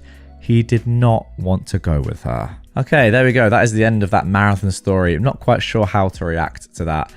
Whether to feel like this woman is just completely ridiculous, or I don't even know if she is entitled. I think she's just like mentally ill. Obviously loves animals, but in like a disgusting way that isn't for like the love of the animal itself. It's for how she feels and what animals can do for her. You know, she doesn't care if her animals are living in like manure. She just likes the way that it makes her feel having lots of animals around and lots of pets that she doesn't care for. Like, obviously, she's got a lot of stuff going on. She does a lot of drugs, which is clear, even despite the fact that we were told that she does a lot of drugs. And yeah, clearly she's not right mentally. But, you know, despite all of that being said, you got to think of the animals here and how she's treating them. And the people in the comments below, and this is why OP left that edit at the beginning of this post saying, look, I know I'm getting a lot of hate in the comments. They've been saying, listen, you know that your sister is like this and she's a bad person, but you've sort of enabled this life. You've enabled her, not life, I suppose, but you've enabled her to have all these pets, and you haven't actually done anything. Like, you should have called CPS or, the RSPCA in England a lot longer ago. It doesn't matter if your parents or your family are saying not to. Like, you got to think about the animals here, not just your sister. I don't know. I feel a bit bad for OP. Like, you've tried so hard to help her, so you're clearly a nice person. Maybe you should have called CPS earlier, or the RSPCA, whatever you call it, the ASPCA, I think it is in America. So I don't know. What do you think in the comments down below? He should have done more, I think. But it is his sister, and clearly he wants to help. My wife returned from a work retreat with a Hickey. She swears it's a bug bite, but I'm not convinced. I'm at a loss. How do I move forward? This was originally posted on February the 21st, 2025. I, a 27-year-old man, am in a fight with my wife, who is 28. We've had fights before, but not this bad. I'm at a loss on how to proceed. For context, we're college sweethearts, married for almost 6 years. We have a daughter who is 4. Our relationship was never perfect or without challenges. We've faced some family opposition with cultural differences, but we've made it work. She's my first love and my best friend. My wife works in corporate. Her job has annual work retreats that last for about a week. This year was in Vegas. I usually arrange my work schedule and tag along with her, and we make our own trip out of it. We couldn't this year.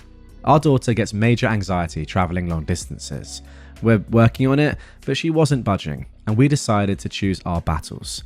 So I stood behind and I held down the fort at home. The change of plans was a bummer because the trip was part of us reconnecting as both a couple and as a family. My wife's work hours have taken a toll, and her work-life balance leaves much to be desired. We entertain the idea of her skipping the retreat. Attendance is optional, but it's generally frowned upon if you don't, and my wife's making connections in her field. She grew increasingly weird. We have a system if either of us is away for extended periods. We keep in contact. For the first day or so, she was herself, but she grew distant. I'd even text her about important stuff and be left on read while she claimed she never saw my text. Whenever we talked, she was rushing me or our daughter off the phone. These were all times she wasn't involved in retreat activities. We were supposed to have a mini birthday celebration for our daughter over FaceTime. Our daughter was excited. It was something my wife promised her because the retreat overlapped her actual birthday. But she backed out because she had people up to her room after a seminar. It was like she wanted my permission to break her promise to our daughter. I told her I wasn't offering that, nor making her keep her word. She said I wasn't being fair, and this was a networking opportunity. They were business oriented and wouldn't understand her stepping away for family time. I said her decision is her decision, but she'd have to explain it to our daughter. She promised her that she'd rain check the following day. Our daughter didn't understand and cried. My wife ended up hanging up and leaving me to comfort our daughter alone. The whole incident rubbed me the wrong way. I didn't like it. She didn't keep her word for the rain check either. She was documenting the retreat on social media. One co-worker, a 23-year-old man, was almost in every picture or video attached to her hip. In one pic, he had his arm too comfortably around her, IMO. He's a recent hire in my wife's department. She was asked to oversee him. I don't like the guy. He doesn't know boundaries. Once, in response to a work assignment, he texts my wife that she's exactly the kind of woman he needs to keep him in check. My wife brushed it off. She feels bad for him because he's not fitting in. She took him under her wing during his first retreat with the team. If I'd questioned, she'd say she was tired or networking. There was always something.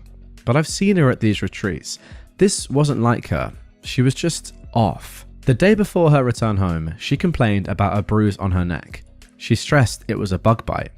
I didn't actually see the bruise until she came home. I instantly thought it was a full-on Hickey. She kind of brushed it off after making a big deal of it over the phone. I didn't push because our daughter was present. But when I was able to confront her, she clung to her bug bite claim. When I kept pushing, she asked what I was trying to imply. I outright said I believed she had a Hickey, and I didn't believe she was being honest with me. We had it out then. She was offended and angry at the accusation. Infidelity has always been a sore topic. Her family has a history of it. So we had a pretty bad fight, and she accused me of looking to pick a fight due to the incident with our daughter's birthday. I told her that had nothing to do with it and everything to do with the hickey on her neck. The fight ended in an impasse. We're still not recovered. She swears it's a bug bite, but I'm not convinced. I've always trusted my wife. I never doubted her, but this bruise doesn't look like a bug bite, it looks like a hickey. I often feel more strongly when I consider how distant and weird she was during that Vegas retreat. Now she's wearing turtlenecks, and we're caught between arguing and her dousing our daughter and me with affection. Communication usually prevails for us, but not now. I think my accusation pushed us to a new level of argument. I'm at a loss here. I really need outside perspectives. How do I move forward? There we go. That is it for the original post. Before we get into the update, let's jump into some comments and see what the people of Reddit were saying. Somebody said, I'm not saying it's impossible, but I've never gotten a bug bite that looked like a hickey. Did she show you her phone or provide any proof that could support her innocence, or just dismiss you? The extra affection is a common move from guilt-ridden cheaters. Even if we stretch the imagination and believe it is a bug bite, she wasn't acting trustworthy, nor was she a good mother while they were in Vegas, and she needs to address and correct that. OP replied, no, I haven't had access to her phone. We usually have an open phone policy, but it's not something we've ever really done. I'm sure it will be another argument. Somebody else said, why did you go on work trips with her in the past? Did she want you to, or did you not want her to go alone? What is, and why is it necessary to have, the system when one of you is away? Whose idea was the FaceTime birthday celebration? Did she not talk to her daughter at all on her birthday, or she just couldn't do the FaceTime celebration? OP replied, work-life balance was an issue, so she'd invite me on the retreats. The system is for an extended period away from each other, like how long the retreat was, especially since we have a child now. The birthday FaceTime was my wife's idea. She promised our daughter and got her excited about it. No, she didn't talk with our daughter until she was calling to cancel. That's another reason the birthday stunt rubbed me the wrong way. Well, that, I've got to say guys, is actually terrible. Like, not chatting to your daughter at all on her birthday is so bad. I'm going to back my own parents up here. My parents never missed one of my birthdays ever. Like, they would make sure, even if there were work trips and stuff, they wouldn't go if it was on my birthday. So, first of all, respect to them. Actually, just last year, I think, was the first time that my dad wasn't there on my birthday, I believe. And I'm 26. So, you know, there's two ways of doing it. And by the way, I've been away on my birthday without my parents, but, you know, they want to be there, which is pretty nice. And it's definitely not like this mother. Anyway, OP then responded to a deleted comment saying, yeah, you don't get to disconnect from being a parent, especially to a minor, for extended holidays. You certainly don't ghost them on their birthday. And when you promise to do something special for them and got the child excited about it, and then just hang up on them while they're crying. To be honest, I don't even think the FaceTime is special at all, but there we go. I'm not insecure, OP says. My wife's gone on the retreats before. We both work outside the home and have the caring for our daughter, so it's not an imbalance. My wife's work-life balance is out of sorts. She's in the company of other adults plenty. I've been with my wife on these retreats and other social events. I know how she is. She was off this entire trip, and it wasn't appreciated her entertaining a co-worker who ignores boundaries, and the fact that he had his arm wrapped around her waist like he was claiming her or something. I trusted her when she said she had a bug bite. I got things to help her treat it for when she returned. It was only after I saw the bruise in person that there was no mistaking it was a hickey for me, and I questioned her on it. Okay, then a week later, we got the following updates. Things are a roller coaster. I'm trying to process. It took a while for my wife and me to have any real conversation about the bruise on her neck. We were stuck between arguing and her showering our daughter and me with affection. I rarely saw the bruise because she was turtlenecked up, but I did note the healing process from reddish purple to yellow. There wasn't any more discussion about the Vegas retreat. She made it clear she was done talking about it and that she shouldn't need to defend herself to her husband. I told her she could do whatever she wanted, but I was done being treated like an idiot and I wasn't sharing a bed with someone I couldn't trust. So I moved into the guest room. Communication stopped. The silences were palpable. Even our daughter noticed. I'm not proud of that. I try keeping her out of fights. My wife came to the guest room one night and asked if we could talk. I could tell she'd been crying. She said she hated the way things were between us. She felt she was losing me either way. I told her I needed complete honesty. She confessed that she hooked up with that co-worker on our daughter's birthday. The Hickey was from him. She was lost in the heat of the moment and didn't realize he was sucking so hard on her neck. By her account, they made out while doing some on top of the clothes stuff, and then he went down on her. It stopped there because he called her by a nickname that I affectionately call her. It snapped her back to the reality of her actions. She went to splash water on her face and saw the Hickey. The guy made light of it and made a joke about the Hickey being her souvenir. She blew up on him and kicked him out of her suites. Part of the reason she was avoiding me was out of guilt. She said she's coming clean because she doesn't want to hide things anymore. I asked her why she cheated. What was it about that guy that she deemed worth risking everything? She claimed it wasn't him specifically, nor is she unhappy with our marriage. She doesn't really know how to explain it, but a part of her feels broken. The more she looks in the mirror, the more she sees her dad, who is 57.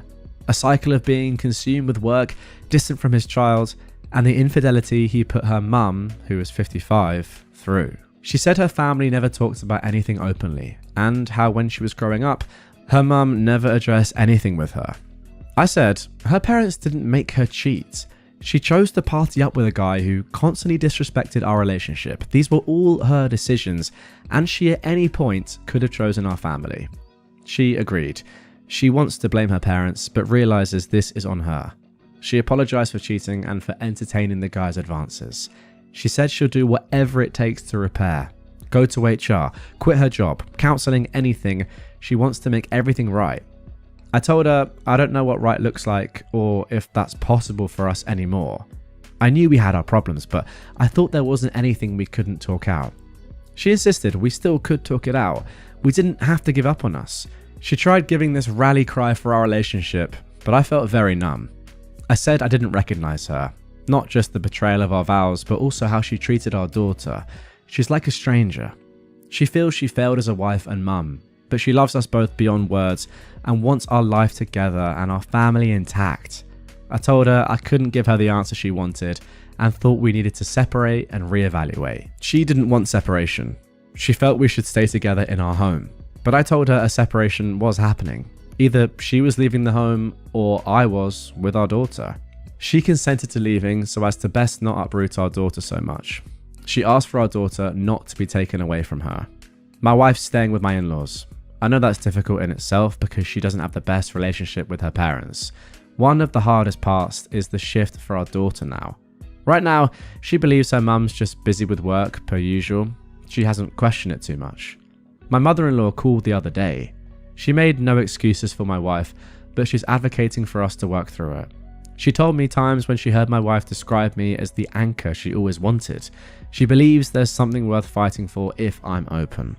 Despite some family opposition we faced throughout our relationship, my mother-in-law was always a supporter of us. I'm even more at a loss. I never imagined this kind of betrayal from my wife. She was my safe place. I feel numb, yet broken. I'm in love with her. That hasn't changed, but I don't see myself, her, our relationship, or our family the same. Everything's more tense because it's fresh. I think this period of separation is for the best. I'm not sure about divorce.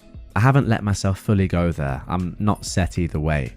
I don't know where things go from here, but I'm focusing on our daughter and taking things one step at a time. I feel that's all I can do right now.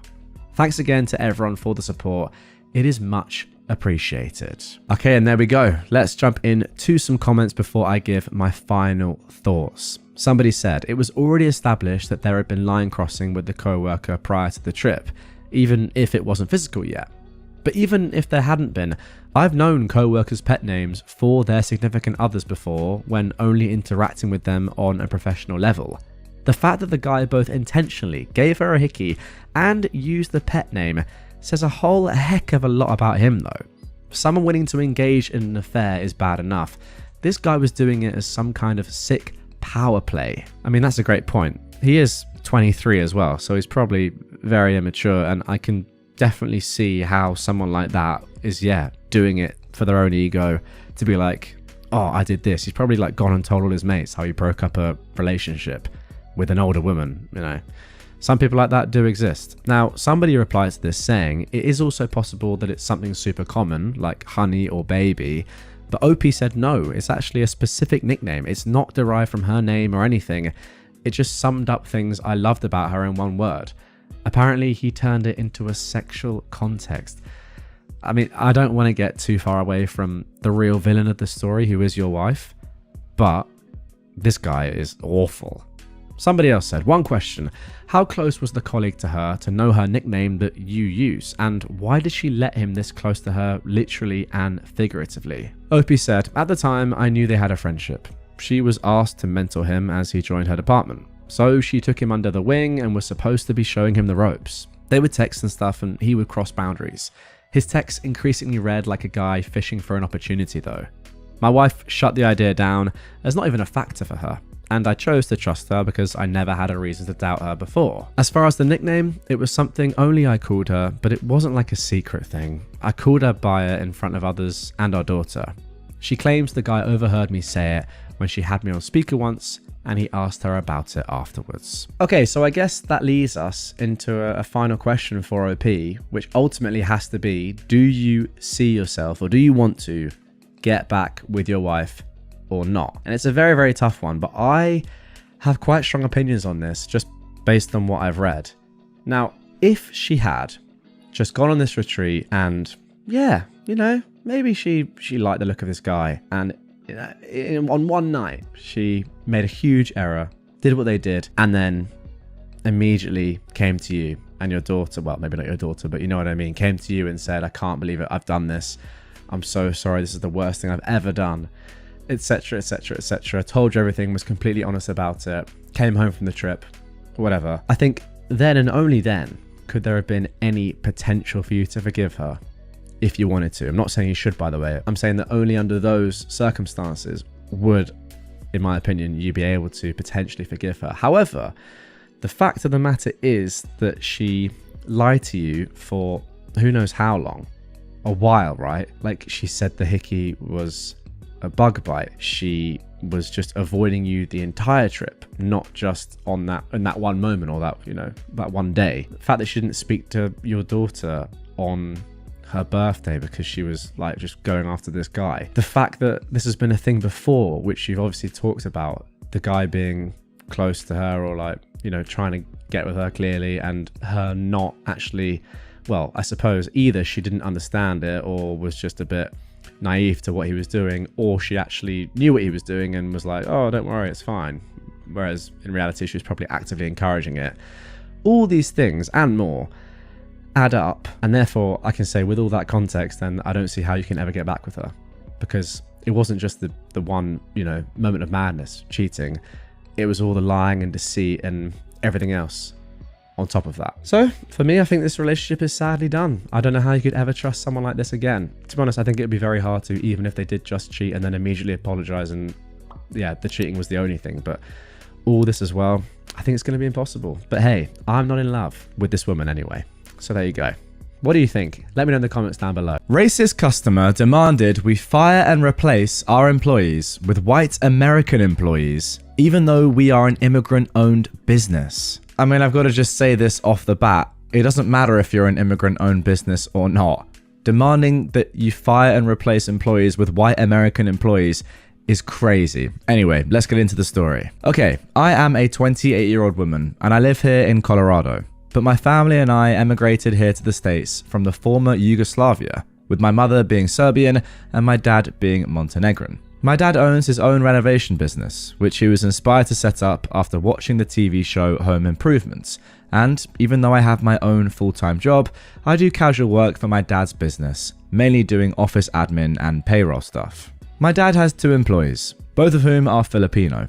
And one day, we had a customer who booked a job, and my dad sent his 2 employees to go to the customer's house, only for the customer to turn them away, telling them to leave. My dad's worker, who I will call Miguel, texted me to say that the client told them to leave.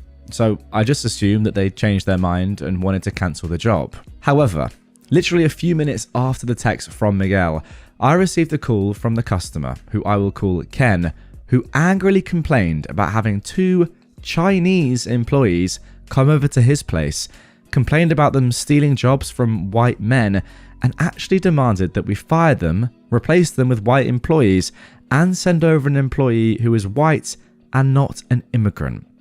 I pretty much knew how this conversation was going to play out, but I decided to just roll with it and tell him that those 2 Asian men were our only employees and that our business is an immigrant-owned business, as my dad and I are both immigrants from Montenegro. Ken then demanded that we at least send over an employee who is white, and I told him it makes no difference if the employee is white or not, as the fact that my family and I are European makes us not really different to immigrants from the Philippines, China, Mexico, wherever. He then accused us of stealing jobs, saying things along the lines of, "This is Trump's America now, and that you don't deserve the business." And after letting him rant, I just told him to find someone else to do the job, and hung up. Well, there we go, guys. Some story to start this episode. Absolutely ridiculous. I just hope for your sake as a company that you guys had some form of non-refundable deposit in place, because you've had to send workers out there for nothing. So I hope at least you had some money or some compensation for their time. But let's just talk about the guy for a second. I just don't really understand like what he's even saying.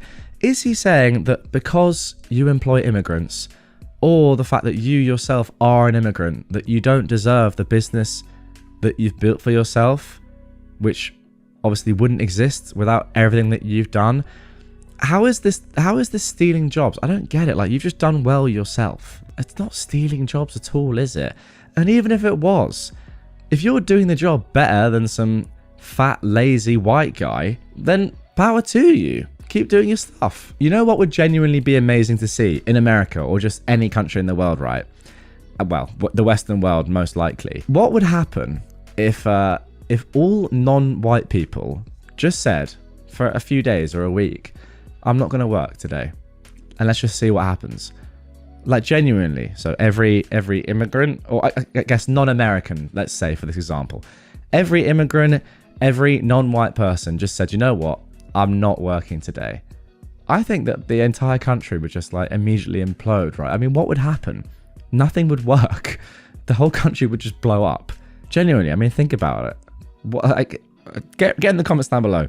What do you think would happen? I think it would just be absolute anarchy, and probably be so funny to watch from someone in the UK. When my mailbox moving became political. So, when we bought the house and moved in 3 years ago, we accepted the location of the mailbox. It's on the other side of our driveway and across some uneven ground, about 50 yards away from the door.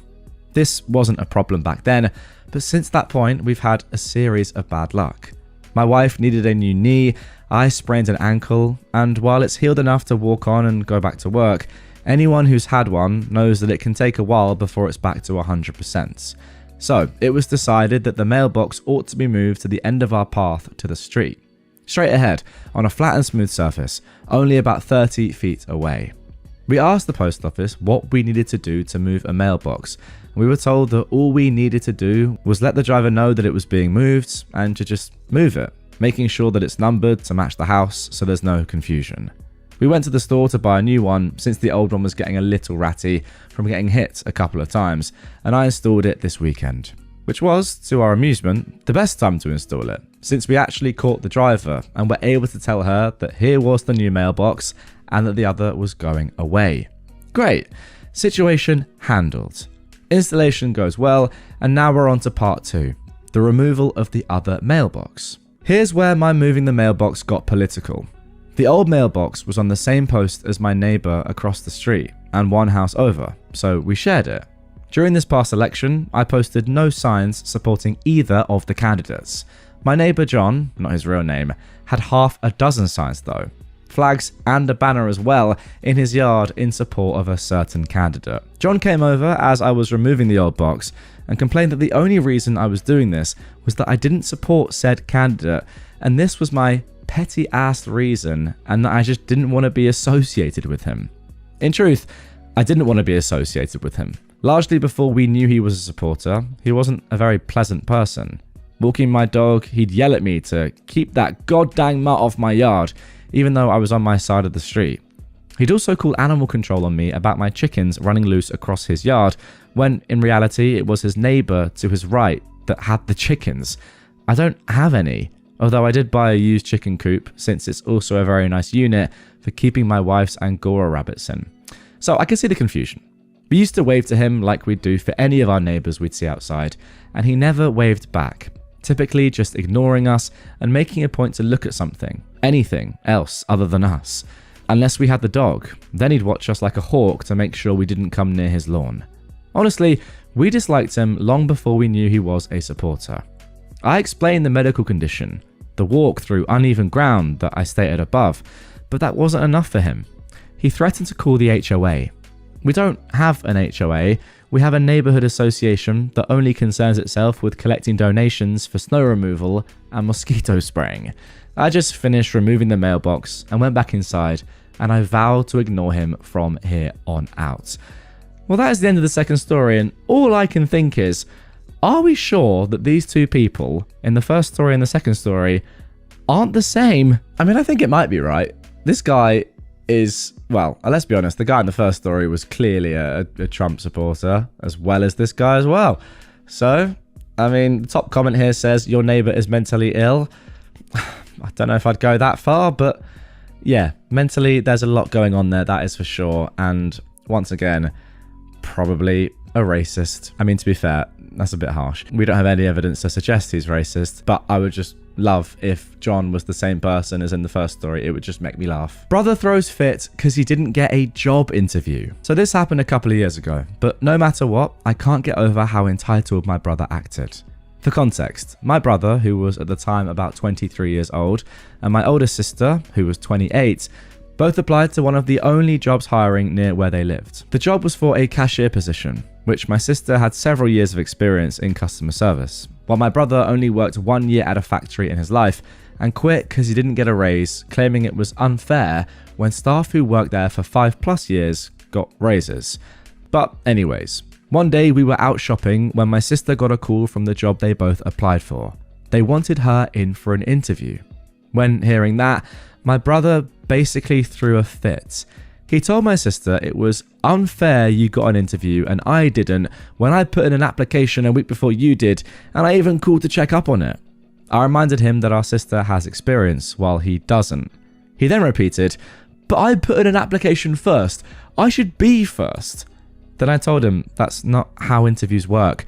They wait for the ones with experience so they don't have to do much training. He then got even more upset and claimed that the store is sexist and she's only getting hired because she's a female, which honestly made me so irritated. He was acting like a child, and our dad tried backing him up, telling my sister to put in a good word for your brother. My sister told our dad there's no way she can do that because even if she gets hired, it would be wrong to immediately convince them to hire our brother. While this conversation was going on, my brother kept on going on about how the owner is male, so he must be sexist and only want females, since currently the only staff there are women. So in order to get in, he needed our sister to tell them to hire him too during her interview. I noticed my sister getting upset throughout all of this. At first, she was so excited to get the interview and was hoping that everyone would be happy for her. But instead, no, they acted like she was wrong for getting the interview instead of our brother. I told my dad and brother that that was enough and that she got the interview because she has several years of experience under her belt, while our brother had none, and it had nothing to do with her gender, and that no, she wasn't going to mention our brother during her interview or after getting hired, because if they didn't contact him, clearly he didn't cut it, and just stop. After that, everyone went silent. I mean, this is absolutely crazy because what your brother, OP, is asking your sister to do, and for some reason your dad is supporting him on this, is to potentially sacrifice her own job, her own career, if she does, get this job, by the way. She's only got an interview so far, for the sake of her brother. Like, imagine you went into a job interview and your sibling had said to you, yeah, during your interview, would you mind just letting them know that I have also applied for the job and I also want it? Firstly, are there even 2 jobs available, or are they just hiring one person? Because imagine you were competing for the same job and your brother was like, no, just tell them about me in your interview. I want to get it. And secondly, Like, you're just completely scuppering your own chances if you just say, yeah, this is why I deserve the job. But also, have you seen my brother's CV?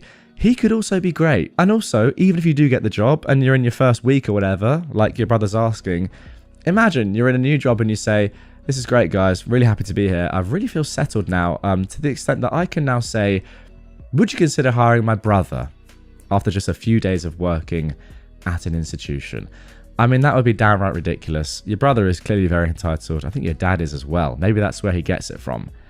But yeah, I mean, the fact of the matter is, if your brother hasn't got an interview, he's not qualified enough and he doesn't deserve one. And that's on him. Her face went red in anger. I thought I'd share a story from my time as a worker at a very popular theme park in Florida. I've mentioned in other stories I've shared that I worked at an attraction. One day, I was fast past line greeter, and it was in the middle of peak season. We were ridiculously crowded with wait times for standby being 2 hours, single rider around 50 minutes, and fast pass over an hour. We were instructed to allow people in on the time stamped on their fast pass to help thin the line. Sometimes when it wasn't as busy, we'd allow people to enter 5 minutes earlier than their ride reservation.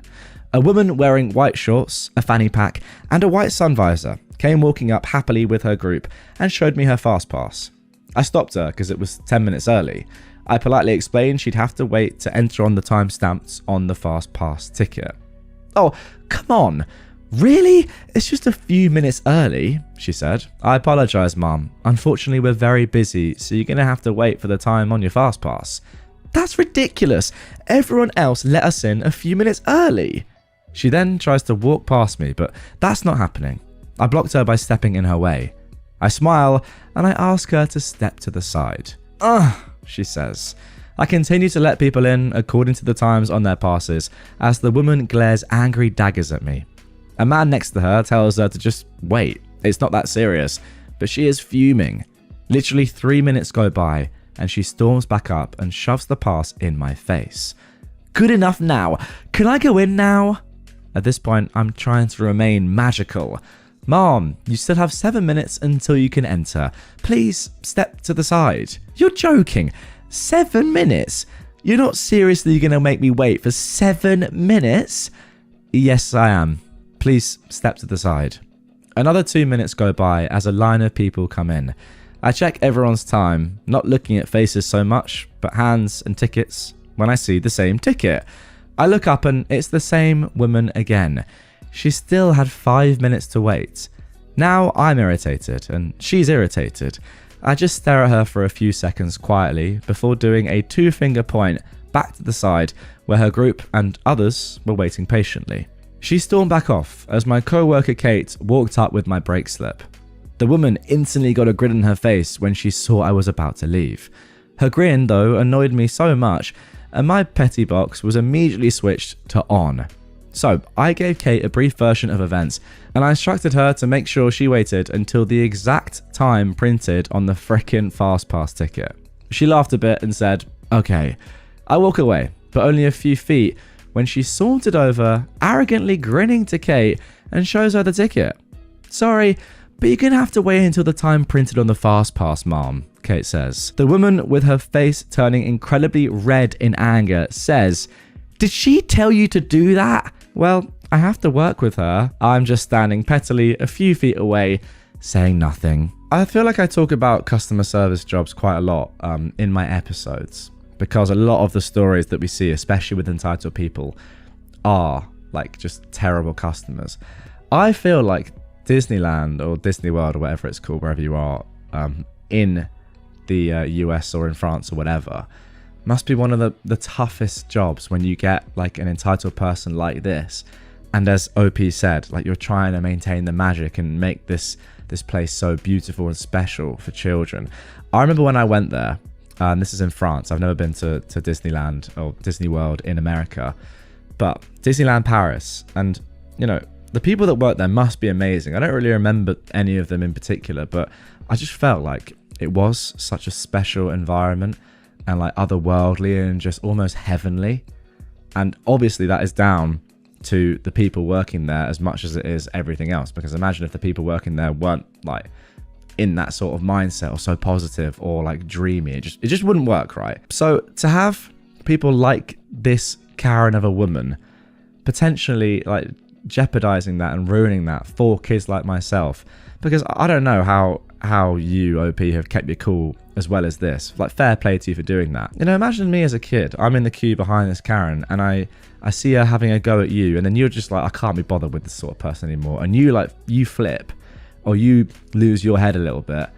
That would just ruin the entire experience for me as a kid. So fair play to you for maintaining your cool. The point being, I feel like this would be one of the worst sort of customer service roles there is at an extreme, because you have to stay so professional and so positive. Maybe that's the case in a lot of customer service roles, but I feel like at Disney World, that's like the epitome of you've got to stay in character. You've got to stay positive, because who knows who's watching, and yeah, it's an amazing experience for kids like myself. But fair play to you. Well done for doing your job. But yeah, I don't think I'd be able to manage with people like this. Revenge by my dad on the man who harassed his sister. I lost my dad 20 days ago. The hurt is fresh. Not sure of the legality, but since Dad is gone, I guess this story can't harm anyone anymore. That is how you know this is going to be nuclear, when you read a sentence like that. My dad was my hero in more than one way. He was a wonderful storyteller, and there are so many stories about him. Here is one that is my personal favourite. My dad is the youngest of 9 siblings. He had 6 brothers and 2 sisters. He loved his siblings, and as the youngest sibling, he was loved and pampered. One thing that me and him share is our short temper. As a young man, my dad was known to be volatile. When he was 19, his second older sis, let's call her Cami, was married to a military man. He was mostly posted on the border. We are Indians. This meant my auntie Cami was living with her in-laws, like many women in India still do. The problem was her older brother-in-law. Let's call him Alex for a-hole. Alex was a goon, an extortionist, an abuser, and yes, an R-worder. He was scary. He was known for being physically imposing at 6'8". He was well built and was unbeatable in fights. No woman was safe when he was around. After my aunt Cami got married to her husband, the nasty brother-in-law Alex set his sight on her. He began harassing her, forcing her to sleep with him. The family did nothing to protect her. This went on for weeks. She was tired of fighting and was totally shattered emotionally. One day, she found the courage to talk about it to one of her older nephews, who was 18 at the time. He went home to my dad and broke down about how Cami was suffering and how her honor and life is at risk. This enraged my dad, but he realized that he wouldn't be able to take down the monster that Alex is all by himself. He gathered his friends, his older nephews, and together they hatched a plan. Actually, they had no plan. The plan was just to beat the absolute heck out of Alex, to send him a message, but they wouldn't be able to do this when he was sober. So they waited for the evening when he was usually drunk. My dad and his friends drank as well, for liquid courage. They then waited for him in the dark roads of their village, which still had sketchy electricity. Then they pounced on him as soon as they had the chance. It was 6 young, drunk fools against this one mountain of a guy. While drunk, he was still able to fight well. Alex also had a bunch of minions who, unknown to my dad, were right behind him. It became a free-for-all. My dad, drunk and in the frenzy of the fight, grabbed a piece of wood he found on the road and hit Alex with all his might, straight on the head. And then my dad and his friends ran off because someone had called for backup, and these young lads weren't sober enough to come up with a plan or a sane idea. Dad somehow made it home, showered and slept. The next day he told his mum they got into a fight and stuff went down. As he was telling his mum what happened, Dad was informed by his brother that the cops were looking for him. Grandma told Dad to lay low for a bit. Unfortunately, Alex made it to the hospital and was able to give a statement. Dad was on the run for a bit, but later surrendered because, according to him, I was tired of eating terrible food. They, honest to God, surrendered to the cops and demanded a good meal. Wow. The case was dismissed and Alex did manage to live, but he didn't survive for long. The injury my dad gave him chased him to his grave in a few months. This story is something Dad always likes to tell. He has zero remorse for what happened to Alex, because in his words, not a single woman was harmed or abused in their village after this incident. I miss my dad. I'm sure he had many more stories like this, but I will never know them. Okay, there we go. A pretty serious story to start, but yeah, respect to your dad, I suppose. The one thing I'm not entirely sure about is even if this story did come out when your dad was still alive, I don't think there would be enough evidence to really like convict him that much later on. But I mean, it's probably a good thing that it didn't really come out anyway, and that, you know, it wasn't public information like it is now when he was still around. But yeah, I mean, look, I'm not a violent person. I've never been in a fight in my life. But when stuff like this happens, who am I to say that violence isn't the answer? Seriously. I mean, if people didn't get this sort of treatment done to them at points in their lives, I think like they might just carry on doing stuff like this. It gets to the point where if somebody is causing this much pain, and I mean physical pain, not just emotional pain, of course. Like, how are they ever going to learn? How are they going to stop doing it? Maybe they never will. Maybe the answer is just to put them in jail for life. But I don't think that's that realistic. Whereas something like this, it just is. Let me know in the comments down below. What do you think? Is violence very rarely, but sometimes the answer? I honestly think it probably is. Being the worst boss ever does not pay off. In the year 2003, the company I was working for closed down, so I sought out new employment. I was a machinist by trade with a great reputation, so it took me less than a day to get a job. We will call the new place Spiral because of the specialized tools they made. Anyway, I started out as one of the operators. The place was owner operated, meaning the owner was there daily. He had a floor supervisor that was actually pretty nice. After I'd been there around a year, the owner and super had a falling out, and the super left. For whatever reason, the owner, we should call him Dan, told me that I was in charge. A little backstory on Dan. He was in his 60s and had started the company out of his garage. He ended up buying a huge chunk of land and turned it into an industrial park, all while in his 20s. By now, he was one of the richest guys in the state. He was also the biggest jerk I had ever met. He treated every employee like garbage, except for me and one other guy. If we dared to talk to each other during work hours, he would scream at us. My promotion kind of financially trapped me. Dan would have no problems talking to me though, and he was the braggy sort of rich guy, while paying us the bare minimum. During our talks, I learned that he cooked his books. You see, the industrial park was owned by an entity that he created, while Spiral was owned by another. He would always make sure that the park entity charged Spiral enough in rent that it looked like the company was barely staying afloat. He also bragged that he'd taken a bunch of industrial waste and buried it on his property at home because it cost so much less. He made my life hell over the next decade, always keeping my pay just high enough that I couldn't afford to leave, while treating me and my guys like trash. I ended up with a 95% turnover rate on employees. I'm not exaggerating. 95% turnover rate. So 19 out of 20 of your employees left. That's mental.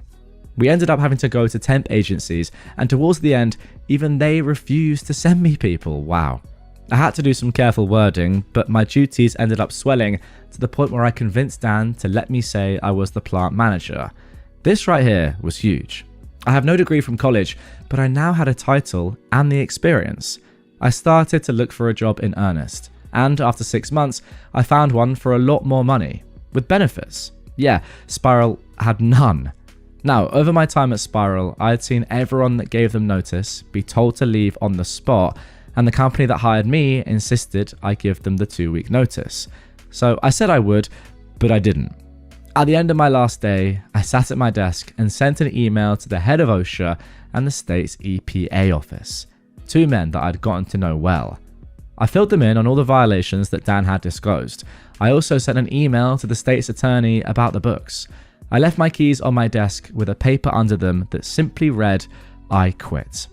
I never found out if the state's attorney went anywhere, but the contact at OSHA let me know the company ended up with $150,000 in fines for some willful violations, and the guy from the EPA dug up half of Dan's property before he admitted to where he buried the waste.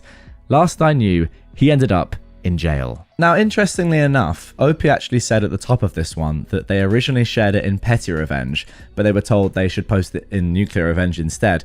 And yeah, this is not petty revenge at all. I think you got the wrong subreddit there. I mean, $150,000 in fines is not petty. That is pretty serious. Can't quite get over that turnover rate in employees though. I mean, 19 out of 20 roughly employees leave. You just know that it's probably not the best working environment when that is going on. Goodness me. Okay, now we're shifting things up and moving over to a different subreddit. So these stories probably aren't as nuclear, but don't worry. They are revenge stories, and that is the name of the subreddit nonetheless. I blackmailed the maintenance man at my grandma's senior centre. Hi, I am a 41-year-old woman. I had to do some community service for a misdemeanor charge I was found guilty of, so I went to the senior centre in my town. Immediately upon arriving and being introduced to the person in charge, aka the maintenance man, he was hitting on me. We did no work at all. We walked straight through the cafeteria and out the back door and sat on a bench where he proceeded to tell me how awful his life was, how he was in a loveless marriage, his wife was handicapped, on and on. I felt bad for him until he started talking about the other girls that came through. They sent him pics and he signed their paperwork to say they did their community service. Maybe I wanted to do the same? I don't remember what I said, but I left and didn't go back, pretending it didn't happen. Then I only had a week left in my sentence to have my community service done, and I didn't do any of it. I had 4 out of 40 completed, so I did the only thing I could think of. I texted the maintenance man and told him I wasn't going to send him nudes, but he was going to sign my paperwork, or I would tell his boss and the court what he was doing. So he signed it. Then I told my probation officer not to use them anymore and why. I wanted to call his boss, but never did. I just wanted to make sure that he wasn't taking advantage of the women in that program anymore. Just to clear things up, he is no longer part of the program because I did turn him in the same day I blackmailed him. I regret not doing it sooner, and I regret not telling his employer and his wife. Funny ending to this one is one day I was at work telling some girls about this guy, and later on that day, one of them pulled me aside and told me that the maintenance man is her stepdad. She started crying, saying she knew he was doing this to her mum, but her mum won't believe her, and maybe now she will. I felt terrible for her. I told her to have her mum call me and I would tell her all of it, but I never heard anything, and as far as I know, they're still together, and he still works there. Which sucks, because now I'm 50 and can go there, and it's awesome. The craft room is insane. They have a choir, lots of exercise equipment, free transportation, and day trips everywhere, but I don't want to see him. If I had the balls, I would totally go and make sure I said, hey, remember me? Oh god, what a horrible person. I mean, just what a horrible person. I really wish that, like, you know, this isn't, as I said, this isn't from Nuclear Revenge. This is just from r/revenge stories. And this is one of those stories where I wish the revenge was nuclear. Like, the fact that that guy is still working there now is ridiculous. I feel like this is one of those where you need to find out and get in contact with other women that this has happened to. I don't know how you would, but maybe, you know, talk to some other staff at this location and sort of explain what's going on and what this guy has done to you and other women, and maybe they'll have the contact details of others that have worked there before. I mean, they should, right? They should have the community service details. Whatever. Like, you need to do something about this because this guy is just taking advantage of you. And I sort of get it. Like, if you're someone that has to do community service and this guy's, you know, exploiting you, sure, but like offering you a decent deal, you can do this and get off completely. Don't know, I can't like really blame any of these girls for doing this. It's just so, like, yeah, as I said, exploitative and manipulative and just disgusting. Just very, very gross. This is what I say, like, sometimes is violence the answer? I don't know. This guy's got away with it completely, in my opinion. Yeah, there was a little bit of revenge, but barely any. I mean, look, fair play to you for actually getting him to stop and not take advantage of women, but is that revenge? Getting someone to stop what they were doing? Not really. Like, where's the revenge there? They've just stopped. It's a shame. I wanted more there. Now for our final revenge story of this one. A lousy friend. This is about my ex-friend Ivy. We grew up together, did everything side by side, and had each other's backs always. About 5 years ago, I really needed her the most, as I was in a really rough period. I lost my job, and not long after, my boyfriend broke up with me. I needed a place to stay for a while as I figured things out. Ivy, who more times than I can count I'd given a place to stay when she was struggling and when she was going through breakups, couldn't help me this one time I needed her. She just said, "Look, I wish I could help, but things are tight." All I needed was a place to stay. I'd pay for everything else I was going to need or use. I managed it somehow with the help of another friend. I found another job and I was doing okay again. Now, fast forward a couple of years and I was doing better than ever. Great job, my own place, a solid life. Then, out of nowhere, and after years of no communication, Ivy showed up at my door. Guess what? She needed a place to stay for a few weeks since she was down on her luck. I just looked at her, thought about all the times I'd been there for her and all the times she wasn't there for me. Then I smiled and said exactly what she said to me. "I wish I could help, but things are tight." It wasn't something huge, but it felt great. Revenge isn't always loud. Sometimes it's just letting people feel the loneliness and absence they once left you with. And there we go. That probably is the moral of the story right there. Look, we started with some nuclear revenge in today's episode, ended with some more minor stuff. But yeah, I agree. This is just karma personified. And I think that you're right. It doesn't have to be loud. Revenge doesn't have to be grandiose, crazy, even nuclear. Sometimes it's better to just send a message with something like this. In this case, it's a literal message just saying, "You know what? No, you did this to me. I'm doing this to you. How do you like it?" But other times I do feel like, yeah, maybe it's better to go a little bit more overboard just for the fun of it. This time it wasn't one of those occasions. And I think what you did was perfect. It would have been nice, I think, as well to just, and maybe she did infer this from what you said or the tone of what you said, but you know, you're doing well and you have your own place and you probably, well, definitely could have taken her in once again. I mean, if you took her in before when things were worse for you, you can definitely take her in now. I hope she knows that. I hope she knows that things aren't tight for you, that you're doing well and that you were saying that sarcastically. Because yeah, that's when it would hit the hardest if you're like, oh God, this is because I said what I said and didn't take her in. I should have done that. Little bit too late though. Am I the jerk for divorcing my husband and leaving him with the kid after finding out I'm not biologically the mum? The original post for this one came on August the 5th, 2024. I can't believe my life has come to this. All I ever do is go out of my way to help others. But on the few occasions I need help, nobody ever comes through for me. I am a 36-year-old woman, and I've been with my husband, who is 35, for almost 10 years. We've been married for 7. We had what I thought was my child by surrogate over 2 years ago, because after 4 years of trying to conceive with no success, despite medical intervention, it turns out I am unable to carry a child to term. I'd always wanted to be a mum. Devastated is an understatement regarding how I felt when I found out I have a medical condition that would make it nearly impossible to carry a baby to term. It was even more upsetting when I had to get a major surgery to remove uterine growths with the hope to increase fertility, and complications during surgery warranted a partial hysterectomy involving removal of my uterus. I still had my ovaries, so we started looking into the cost of a surrogate. It's really expensive. My close friend since college, who'd already had 2 kids of her own, offered to serve as the surrogate for us to cut down on costs. After 2 disappointing IVF sessions that didn't result in pregnancy, she became pregnant on the 3rd try and carried a boy to term for us. I was so happy and busy after the birth, between being a mum and returning to work after a 4-week paternal leave, so I didn't notice any warning signs. I should have noticed the red flags and warning signs early on, but I didn't. I was just so exhausted from working so much at my stressful job, and on top of that, 2 part-time jobs to cover most of the bills, and the anticipated medical and legal costs associated with this friend becoming our surrogate. I was the primary breadwinner. Now, my friend and my husband started talking more. I'd actually sometimes come home from my weekend job to find her already hanging out at our house when my husband was there. I chalked it up as innocuous. It's good for her to know my husband better, since she was in the process of hopefully carrying our child for us. I was grateful to have someone helping us have a child. I also then thought it weird that our son has brown eyes when both of us have blue.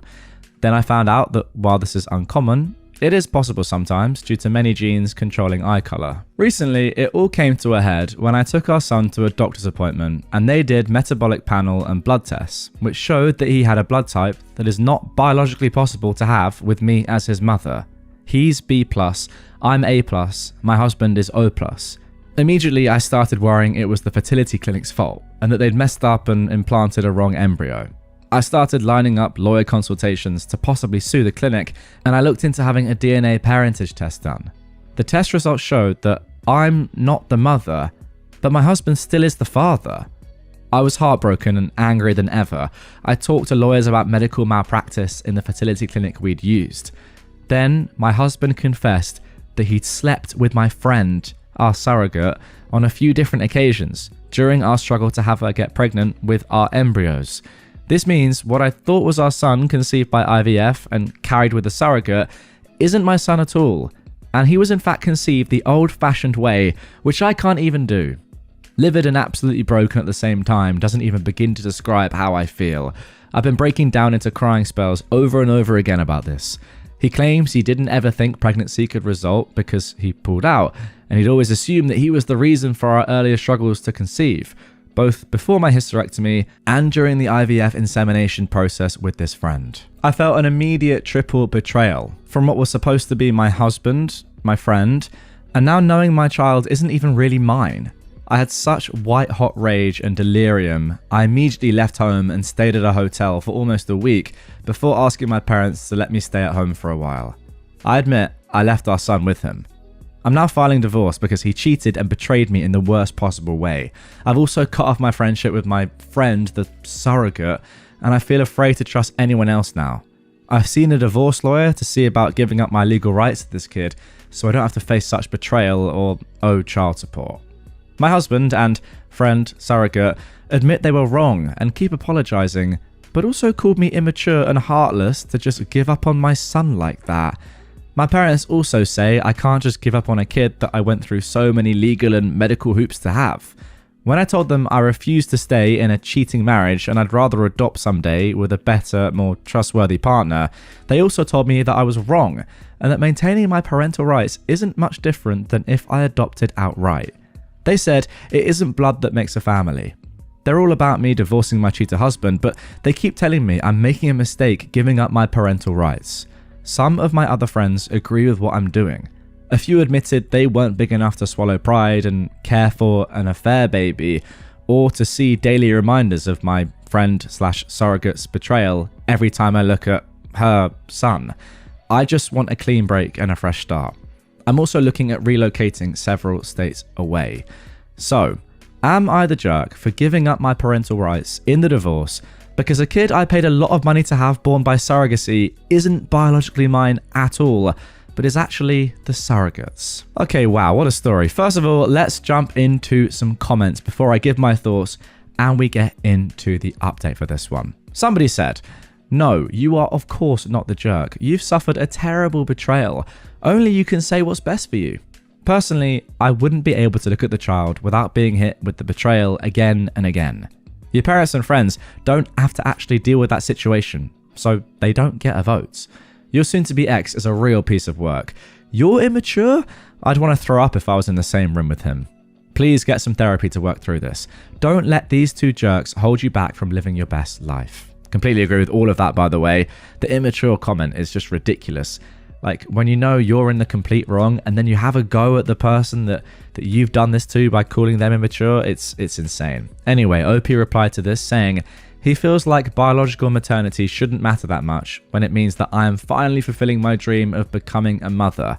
He says that if I adopt someday, I'm still going to have to raise a child that isn't biologically mine. How does that make any sense? There's a difference. On the one hand, when you adopt a child, you know it's not yours. But when you have a child through a surrogacy, like, you don't also think it's not yours. It's your genes. It's completely different. I know it's not in your belly, but come on, man. Anyway, let's carry on. OP says, he has reminded me about what a depressive wreck I was during the infertility, the aftermath of my partial hysterectomy, and how I put him through the ringer because I was obsessed with wanting to have a child. He claims that I pushed him away with my baby obsession and he couldn't deal with me anymore, and that's why he started straying the way he did. He also says that I can't just turn my back on a child when I legally signed all the paperwork, which is similar to adoption paperwork, since the state doesn't readily recognise a child born to a surrogate to be the couple's child, since they base it on the person who gave birth to the child as being the legal mother, until paperwork is signed that transfers the rights over. He also claimed that I'm going to have a difficult battle ahead of me trying to reverse that. What a nice person your soon-to-be ex is. Jesus. Now, somebody said that OP should ask her husband and the surrogate to actually reimburse her for the cost of IVF. OP replied to this saying, I tried and failed. The doctor and clinic I complained to said the IVF costs were associated with the formation and storage of embryos and the procedures associated with the insemination, not the outcome. OP then also responded to a question about her ovaries or eggs being intact or not. She said, obviously I have eggs if my ovaries are intact, and they extracted eggs to form the embryos prior to inseminating. There's still eggs remaining there. Well, I suppose that is good news. I don't know if OP will be able to go through this process again with another surrogate after this rubbish. I mean, think of the trauma, but who knows, at least the option is there. OP then explained fully in the comments the process of the fertility clinic being involved. The fertility clinic was just involved in the egg extraction, embryo formation, and storage of eggs and embryos. Another medical practice utilized the in vitro fertilization methods with the person I thought would be our surrogate. He didn't pick the surrogate for us. It was a personal friend who agreed to do this out of the supposed kindness of her heart, since she already had 2 prior children and knew that she could carry to term easily and didn't mind being pregnant. Had we gone through a professional surrogacy practice, there would have been other steps involved, and they would have found a few options for surrogates for us, but the costs were way too high, which is why we skipped some steps and a lot of money by going through a friend that we thought we could trust. Now, I feel like I can trust no one.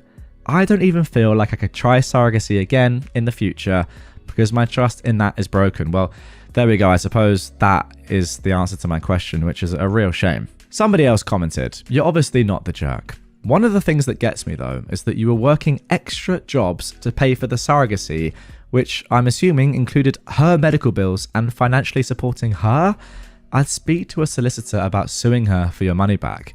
She knew that if she was having sex, there was always a chance that the child was biologically hers. OP said most of the cost was for the egg retrieval, embryo formation and storage, and especially the IVF procedures, which weren't eligible for insurance cover through her health insurance. Yeah, I see. I mean, tough spot, but surely there is something you could do there. Something legal you could do there. Like, you can sue for something. Surely, like damages of any sort. There must be rights or, like things that you can't do as a surrogate mother. I mean, there has to be, otherwise it would just be ridiculous, right?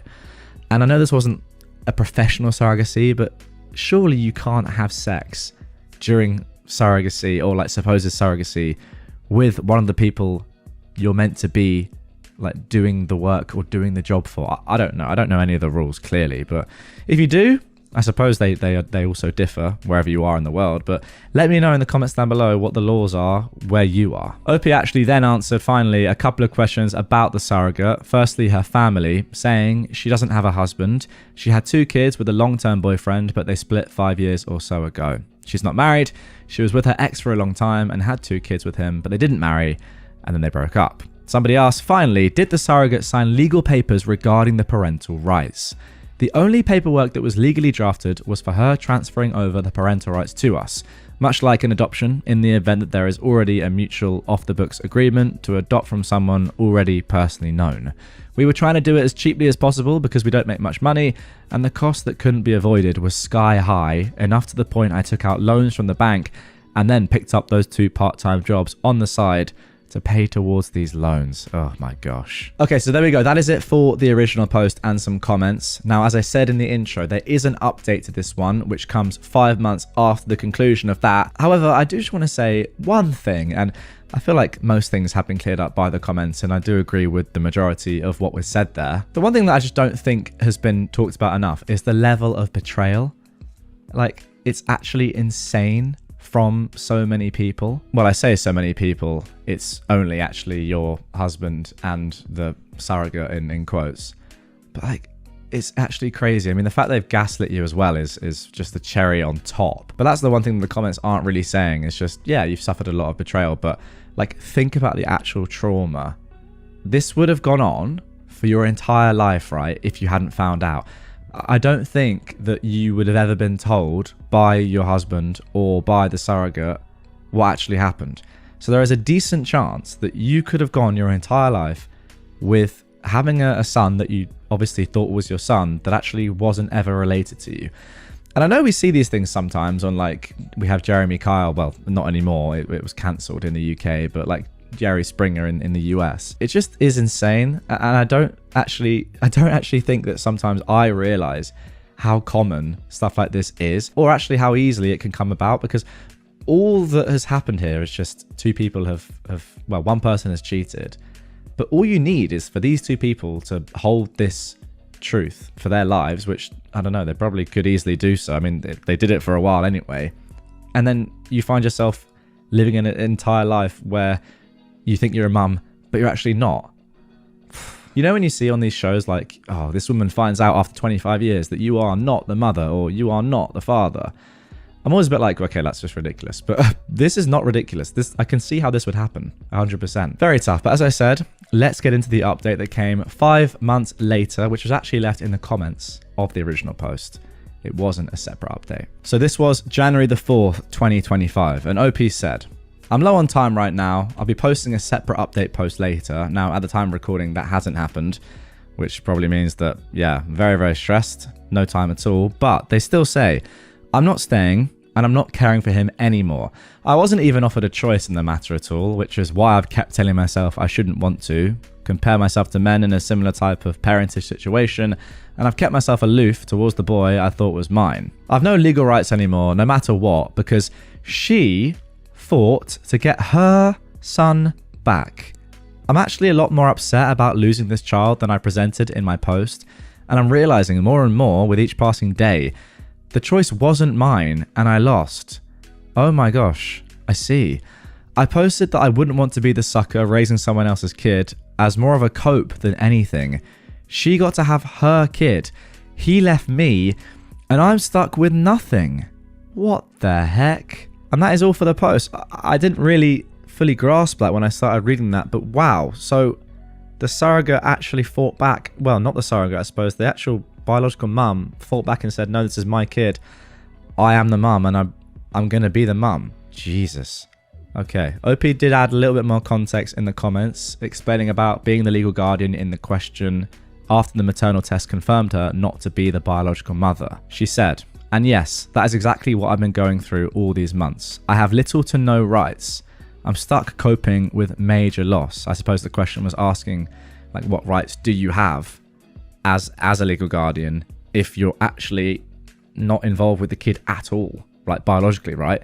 My best chance at still being this boy's guardian is to stay with that awful scrub of a guy, hope he lets me stay, and agreeing to let that slaw of a friend, I've never heard slaw before, but that is a wonderful word. I presume it's a combination of two derogatory words, but I might use that myself, have 50-50.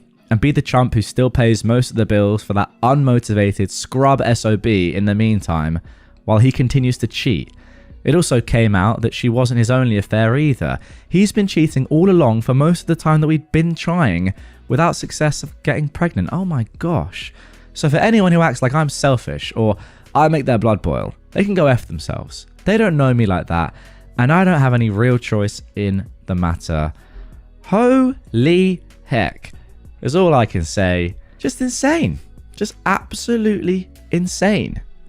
Like, wow, what a story. I'm absolutely shocked at that outcome.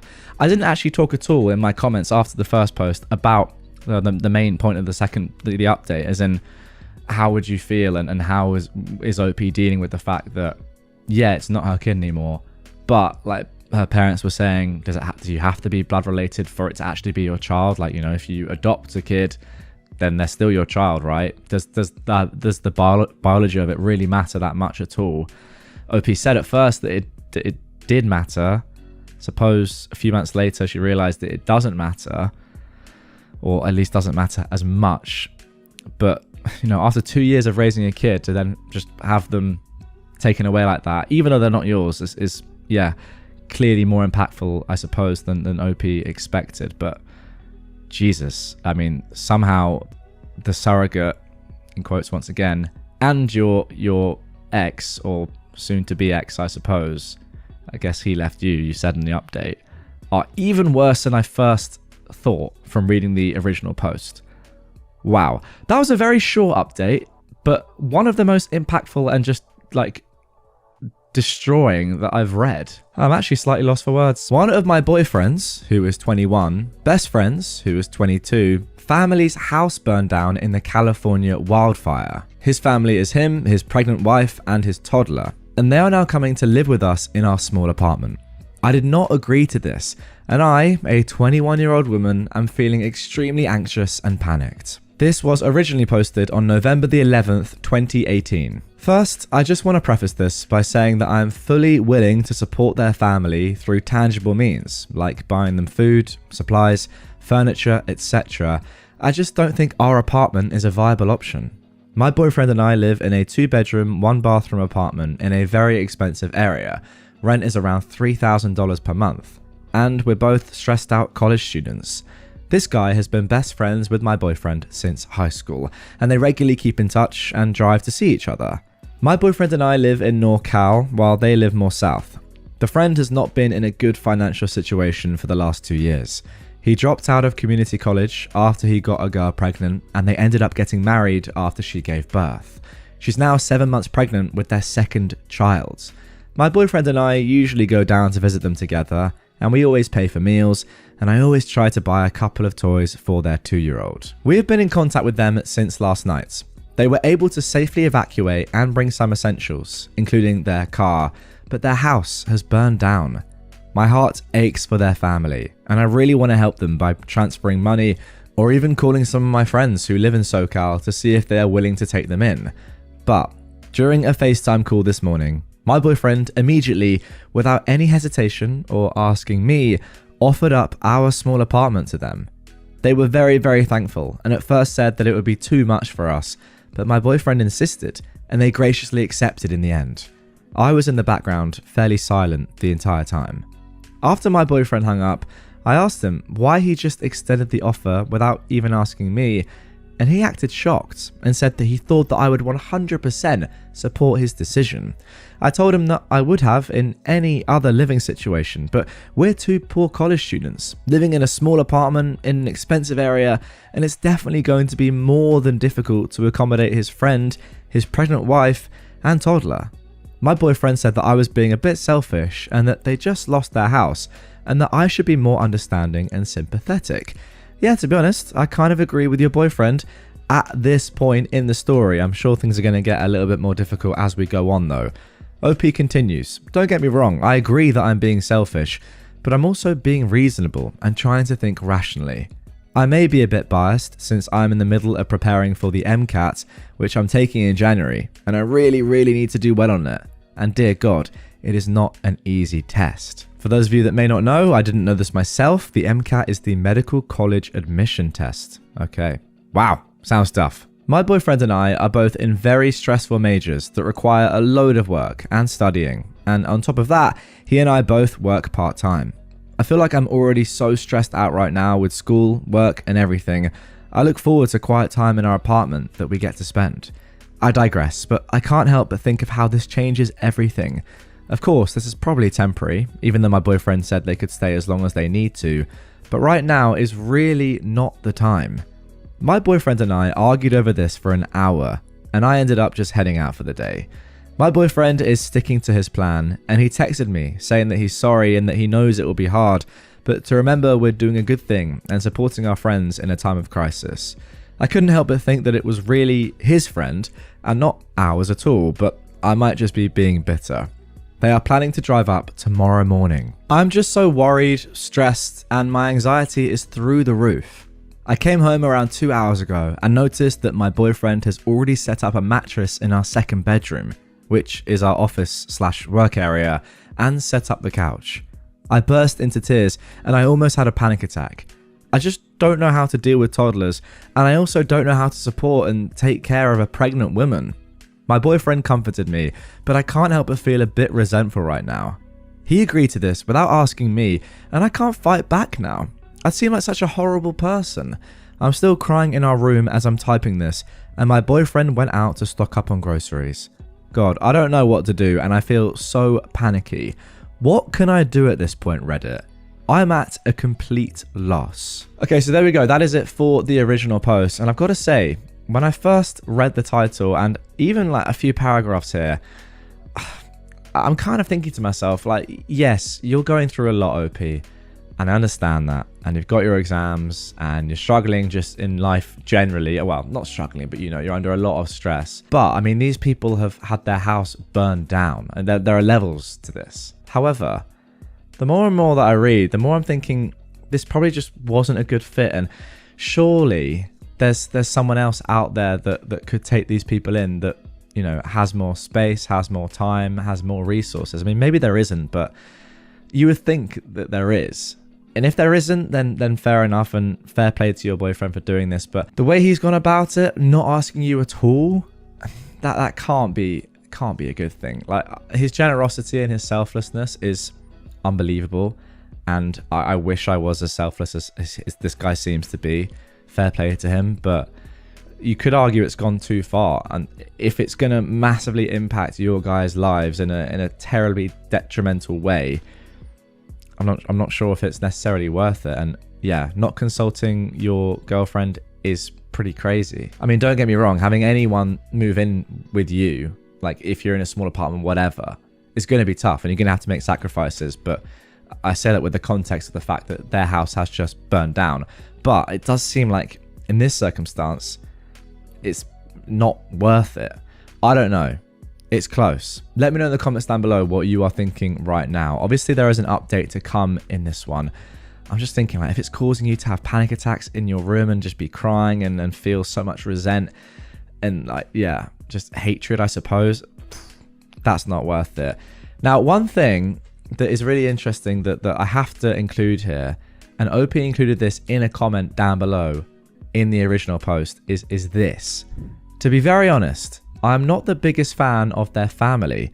From what I could tell from visiting them with my boyfriend, they do not have their stuff together.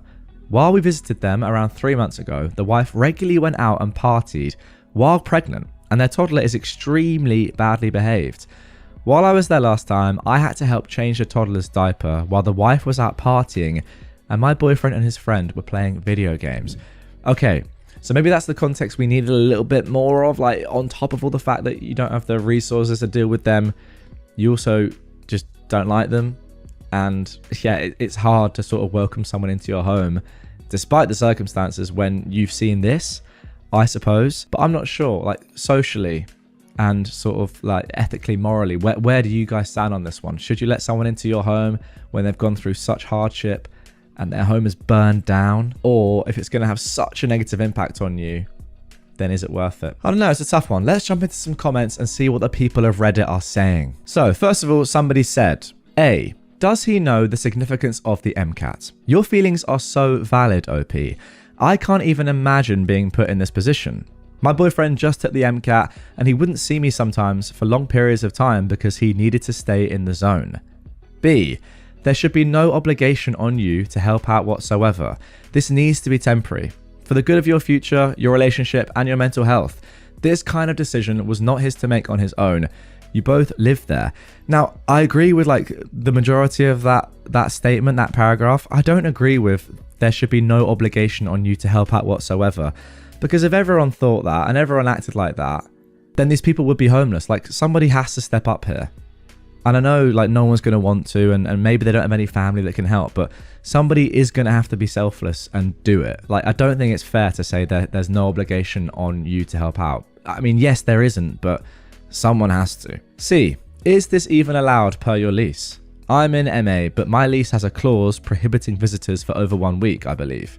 Maybe you can use this to your advantage in a subtle way to hopefully avoid another argument. Again, I'm not sure if I agree with that, like their home is burned down. I'm saying this all with looking at like the generosity of people in the most recent fires that just obviously were completely devastating. People lost their lives and their livelihoods and were being welcomed in at times by strangers and given stuff by strangers, and yeah, like living with people that maybe they didn't know too well, friends 100%, that were having to sort of like change their lives to welcome in people that had had their lives completely destroyed. Like, you do have to make sacrifices at times like this. And if this happened to one of my good friends, I would like to think that I would make those sacrifices as well. I don't think it's as easy as saying, oh, well, I'm doing an exam and we don't have the space or the money for you. Like, I don't know. You got to sacrifice these things when someone's house is burned down. D, if they stay longer than a week, you should consider putting yourself first and moving out. The MCAT needs devotion and routine. And if you value med school acceptances more than or equal to your current relationship, go for it. This is important stuff. And E, spend as little time at your place as possible. Find small ways to help out that don't take a lot of time or energy to avoid arguments and help keep the peace. Do those small things and then leave your place for the day. Move some stuff to a friend's place so you have a backup plan if you've had a super stressful day and just need a quiet place to crash. Yeah, that's all pretty good advice, to be fair. It makes sense. It really does. And I'm in two minds. I get it. Like, from a personal point of view, OP is like, what on earth is going on? I cannot deal with this. And I know a lot of you in the comments are probably saying that as well.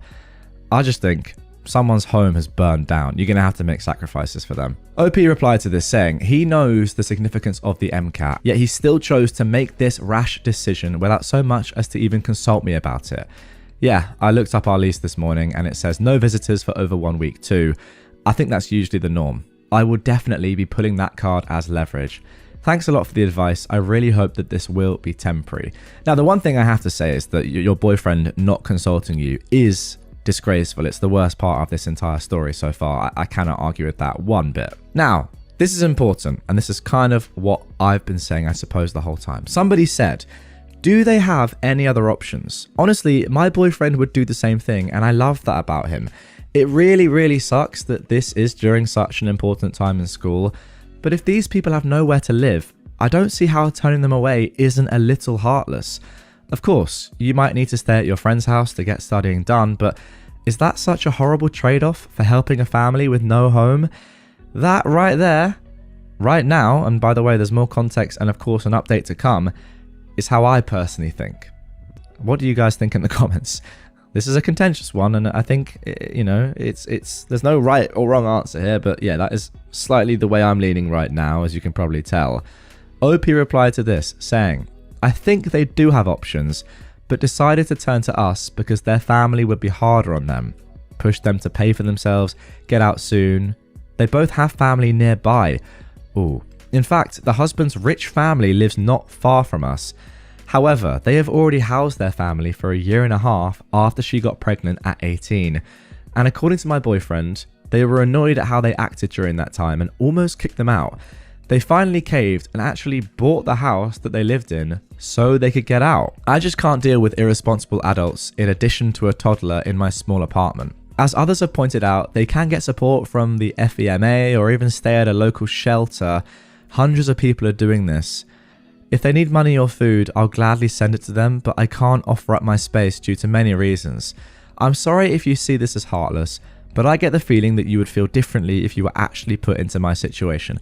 That is super valid, and I do completely agree with that. If I was in that spot, it would be different, and it's impossible to say how I'd act or feel if I was actually physically in OP's shoes. So, it's tough, but I'm also thinking like, yeah, they can get support. Yeah, they can go and stay at a shelter, but you don't want to do, like, it's so much nicer to stay at a friend's house when you've already gone through so much, right? I don't know. Anyway, let's get into the update. This was posted just the next day. I never thought I'd be updating so fast, but everything was resolved in one of the most hectic and stressful nights of my life. Shout out to all of my supporters out there. You guys made my day yesterday. And to those of you calling me heartless because I don't think offering our living space up is a good idea when I've said that I'm willing to support them in any other way, F you. And by the way, guys, I'm not calling her heartless at all. Like, I completely get it. I was just saying, I think sometimes you got to make sacrifices for other people, and they can be very brutal, but so is your home burning down. Anyway, the pregnant wife, husband, and toddler arrived at our apartment last night around 9:30 p.m. They'd already told us on the way that their toddler contracted some kind of food poisoning and wasn't feeling well, which is what delayed them. Me and my boyfriend go down to greet them, and we realise they have so much luggage. There were 2 large suitcases, a duffel bag, and like 4 Trader Joe's shopping bags filled with random stuff and half-eaten food. Okay, cool. That's going to be fun, lugging up the stairs. I hate that from OP. What are you talking about? Obviously they have stuff. Like, their home's burned down. What are you expecting them to have? Just like only the clothes that they're in? Obviously they're going to have like some form of suitcase that you're going to have to carry upstairs. Like, that tone is, I don't agree with that. Anyway, let's carry on. So my boyfriend and the husband starts to bring their stuff up, while I stay back and half carry the pregnant wife up the stairs because she feels too tired and nauseous. We get upstairs and I ask where Jake, the toddler, is, and the wife realizes she forgot to unbuckle him from the car seat and left him in there. She asked if I could go down and grab him. I wanted to say, not my forgotten toddler, not my responsibility, but alas, I decided to try to be gracious, at least for the first day, so I went down and unstrapped the toddler, who looked visibly sick. Again, like, I know these people might not be the best people or the best parents based on your experience before, but their home has just burned down and she is pregnant. She needs help. There were literally 2 bags of vomit, OP continues, next to him, which I removed from the car and threw in the trash because it would have been forgotten and become a severe health hazard. I tried to see if he can walk, and he started crying and started dragging himself on the ground, so I picked him up and carried him up the stairs. I set the kid down next to our couch, and Lord Almighty, this kid did not look good. His cheeks were flushed really red. There was dried vomit caked on his face, and his breathing seemed quick. I feel his forehead, and it feels really hot to the touch, so I run to the bathroom to get a thermometer. While I'm digging for the thermometer, I hear, "Again? Are you freaking kidding me, Jake?" So I rush out, and indeed, frickin' heck, the tot has thrown up all over our carpet. I wanted to cry. I run to the kitchen to grab paper towels, but the pregnant wife was already using some sort of napkin or cloth to sop it up, but she was smearing it and making it worse, and I wanted to die.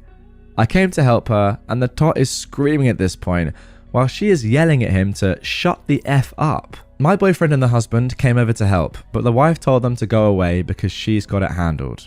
The wife asks if I would mind taking him to the bathroom to rinse him, and the only reason I say yes is because I'm seriously worried about the kid. I strip him and run warm water in our tub and put him in. Then I put a thermometer in his mouth, and lo and behold, he has a temperature of 106 degrees. Not a good sign at all. That, paired with symptoms of vomiting, rapid breathing, and looking really lethargic, is a combination good enough for the ER. So I yell for the mother to get to the bathroom and ask her where she thinks he got the food poisoning from. She says she doesn't know, he's just eaten fruit for the past 2 days. I'm freaking out because his symptoms are consistent with meningitis. The poor kid keeps grabbing his head and crying, so clearly he's got a headache too. I ask her if she's gotten him vaccinated for meningitis, and she said she doesn't think he's been vaccinated at all. I'm going into panic now. I feel Jake's neck, and I try to ask him slowly if he feels like it's difficult to move. He just cries more. I ask her to call for my boyfriend and husband and explain the situation to them, and the husband confirms the baby has not been vaccinated for the meningococcal back, hope I'm pronouncing that correctly, so it's a no-brainer at this point. I tell them how life-threatening this infection is and that it may leave Jake paralyzed. The wife bursts into tears and gives the okay, so all 4 of us plus Jake get in their car to drive to the ER. My boyfriend is driving and I'm in the back cradling Jake and checking for rashes on his arms and legs with a cell phone flashlight. The wife is still crying. I'm close to crying. We finally get to the ER and I tell them there is a 2-year-old with symptoms blah blah blah with no vaccination for meningitis and we suspect he has it.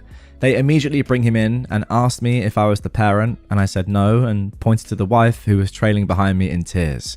They brought her in with the toddler and told me to stay in the waiting area. At this point, I take my first breath. 5 minutes later, the husband and my boyfriend come rushing in and I tell the husband to go and talk to the staff so they could bring him in. He does, and my boyfriend comes to hug me, and F it, I just started bawling my eyes out. He keeps telling me he's sorry and that it's his fault. I'm still crying into him. He calls an Uber for me and tells me to go home and get some sleep and that he'll handle the rest. I'm too tired to resist, so I get home at like 12 AM, brush my teeth, and just crash after I got a text saying they put him on antibiotics and they're waiting for blood test results and the culture, but that he was stable. I wake up the next morning at like 10 AM and the apartment is like super quiet and my boyfriend isn't in bed next to me. So I get up and walk into our living area and I see him sleeping on the couch and not a single luggage bag or pregnant wife in sight. I nudge my boyfriend awake and he tells me everything that happened. The toddler is in the ICU and my boyfriend managed to get a hotel nearby for them for half the price after telling them what happened. He paid for a week-long stay for them and then helped move everything out of the apartment and to the hotel with the husband while the wife was at the hospital. He kept saying he was sorry and that he didn't think anything through and for me to forgive him. I said it was okay and I hugged him. It turned out to be one heck of an experience I don't ever want to relive again, but I'm glad that Jake is safe and I'm glad they won't be living with us. Okay, so that is the end of the update. OP has just added a few more key points as well for further context. So the pregnant wife, husband and toddler, she says, chose to drive over 600 miles to live in our 2-bedroom apartment instead of living with the husband's wealthy, only around 200 miles away, family, who were also the ones to pay for their house and house them for 2 years. I have my suspicions as to why this is the case, but you make your own judgments. And finally, the pregnant wife's behaviour is no different than normal. I've been to their house multiple times. I can confirm that she curses at her child, drinks while pregnant, and is unable to adequately care for the child. Alright, let's jump into some comments before I give my final thoughts. To be honest, I'm not even sure what I'm thinking right now, so hopefully these comments will give me some sort of clarity, and maybe you guys as well. Somebody said, kudos for catching on that Jake was sick. I'm glad he's on the mend. Probably was a good thing that initially they did go there so you could catch it. It probably saved the kid's life. OP said, thanks, I'm really glad it happened too. Somebody else said, you are a freaking hero. I started crying just reading this. I live in Alberta and a couple of years ago, a couple here killed their son by ignoring vaccines and medical care. He had meningitis. It was heartbreaking and it's still going through the court system. This couple literally owes you their son's life. Get freaking vaccinated, people. Now, OP replied to this saying, thanks, but I'm not a hero, but yes, please get vaccinated. And interestingly, somebody below this said, I thought the meningitis vaccine wasn't approved for kids until they are 11 in the US. And I think I've seen that as well. It even might be a little bit older than that in some states. I'm not entirely sure on that. Let me know in the comments down below. But OP replied, some infants and toddlers can get it if they suffer from some deficiencies, autoimmune disorders, or are HIV positive. Okay, sure, but as in, the point being, the fact that they didn't have the vaccine yet, this toddler, was not an abnormal thing at all. As most kids, well, I don't know, according to that comment, you can't get the meningitis vaccine before the age of 11. Somebody else said, sometimes things happen for a reason. It seems like this happened to you so you could save a life. Bad experience for you, good for the kid. Yep, I'm thankful that I was able to catch on to a few of his symptoms, OP said. I'm no doctor by any means, but meningitis is an incredibly scary infection. I'm glad I urged them to go to the ER. But I must say, I lost a lot more respect for the family from this experience. Somebody else said, I wouldn't have known. My kids are all fully vaccinated and I'd barely heard of meningitis. Probably because it's been vaccinated against. I'm a generation who never had to deal with it. Somebody replied, yeah, but a kid who's repeatedly throwing up, lethargic, and with a fever of 106 is very sick. It's one thing to not know it's meningitis. It's another to forget him in the car and scream, shut the F up at him while he cries. That being said, her house had just burnt down, so I'd add a little forgiveness for mitigating circumstances. Great comment. That is a perfect comment right there. Because yes, I completely agree. Screaming shut the F up at your toddler who is clearly extremely sick is ridiculous. But then with the context of knowing that your house has just burned down and dealing with that, yeah, mitigating circumstances 100%. But then OP said to this, and maybe this is the main point. What's sad is that is how she regularly treats the kid. I've witnessed her swear at him multiple times. She also leaves him home alone while she goes out drinking. Okay, there we go. So much to unpack there. I'm going to try and sum it up and give my thoughts as well as I can. But give me give me a break. This is going to be tough. Okay, so there we go. You know what? I actually think that with the context now of knowing that this woman is clearly just not a good mum, if we're taking everything that OP says as gospel here, right, which I'm going to do because you kind of have to, then it sort of explains, well, it does explain, let me say, why OP has sort of reacted in this way the entire time. First of all, we have the fact that, yeah, she's just like goes out drinking while pregnant, leaves her 2-year-old kid abandoned at home, etc., etc. That is just disgraceful. Secondly, the fact that she has, or they have, family nearby, or much nearer by, about a third of the distance away, that are wealthy. They've lived with them before, and you know, they could easily live with them again, surely. I mean, like, you know, if you've lived with somebody before and your house has burned down, they're gonna let you live with them again. So all of that sort of new context, I suppose, is definitely valid reasons for OP to say, you know what, I know what you've been through here, but I don't want you living with us because you don't need to live with us, and also we're not in the right sort of space to deal with you. So with all of that being said, I do sort of get what OP is saying a lot more than I did at first. I was just sort of taken aback by, in my opinion, the lack of understanding at first from OP. You know, their house has just burned down. I mean, how many times have I said that? You've got to make sacrifices for people in that situation. But yes, maybe not these people. And I think that's the key point. And the more that I read here, the more context we got, the more I'm realizing that it's not about their house burning down, actually, at all. It's the fact that these people are not good people, probably. And OP just really doesn't value them at all. Yeah, if it was another set of people whose house had burned down that were good parents and really did have no other options, then OP would be much more inclined to sacrifice. I think that's kind of what I'm understanding here. Let me know if I'm wrong, if you are getting different sort of points from OP, but I think that is the gist of things. And yeah, I suppose it makes sense. I'm still a bit like, oh, just let them stay with you. But I guess if like they're not even seeing that their kid is dying in front of them, then probably pretty terrible people. Although you did save a life, take solace from that. And again, I do agree with that one comment about the mitigating circumstances. It's tough to know. There's a lot going on in the story. I'm still not 100% sure what I think, but yeah. You guys let me know in the comments down below what you think. What's interesting is that some people in the comments of this are like, they're not buying it fully. So I want to put this comment on screen. I do want to end with this because I'm not sure if this all adds up, to be honest. I've just sort of semi-skimmed through it again. Let's put this on screen. Am I the only one whose BS sensors are going off? Some things just aren't adding up here. OP somehow picked up diagnosis of meningitis from the few symptoms: vomit, fever, headache. That's fair. I mean, meningitis is very rare these days. So to immediately jump to that is either very impressive or not 100% true. Then somehow she had time to throw 2 bags of vomit from the car into the trash because it would become a severe health hazard otherwise, all while managing to get a sick toddler out of the car. I think that's all believable, by the way. Yet she actually left the vomit in the carpet of her own home until the next morning, which her boyfriend cleaned up, according to her comments later on. Also, she was trying to paint the parents as some type of anti-vaxxers, but the vaccine isn't even available for 2-year-olds. I think that is a good point.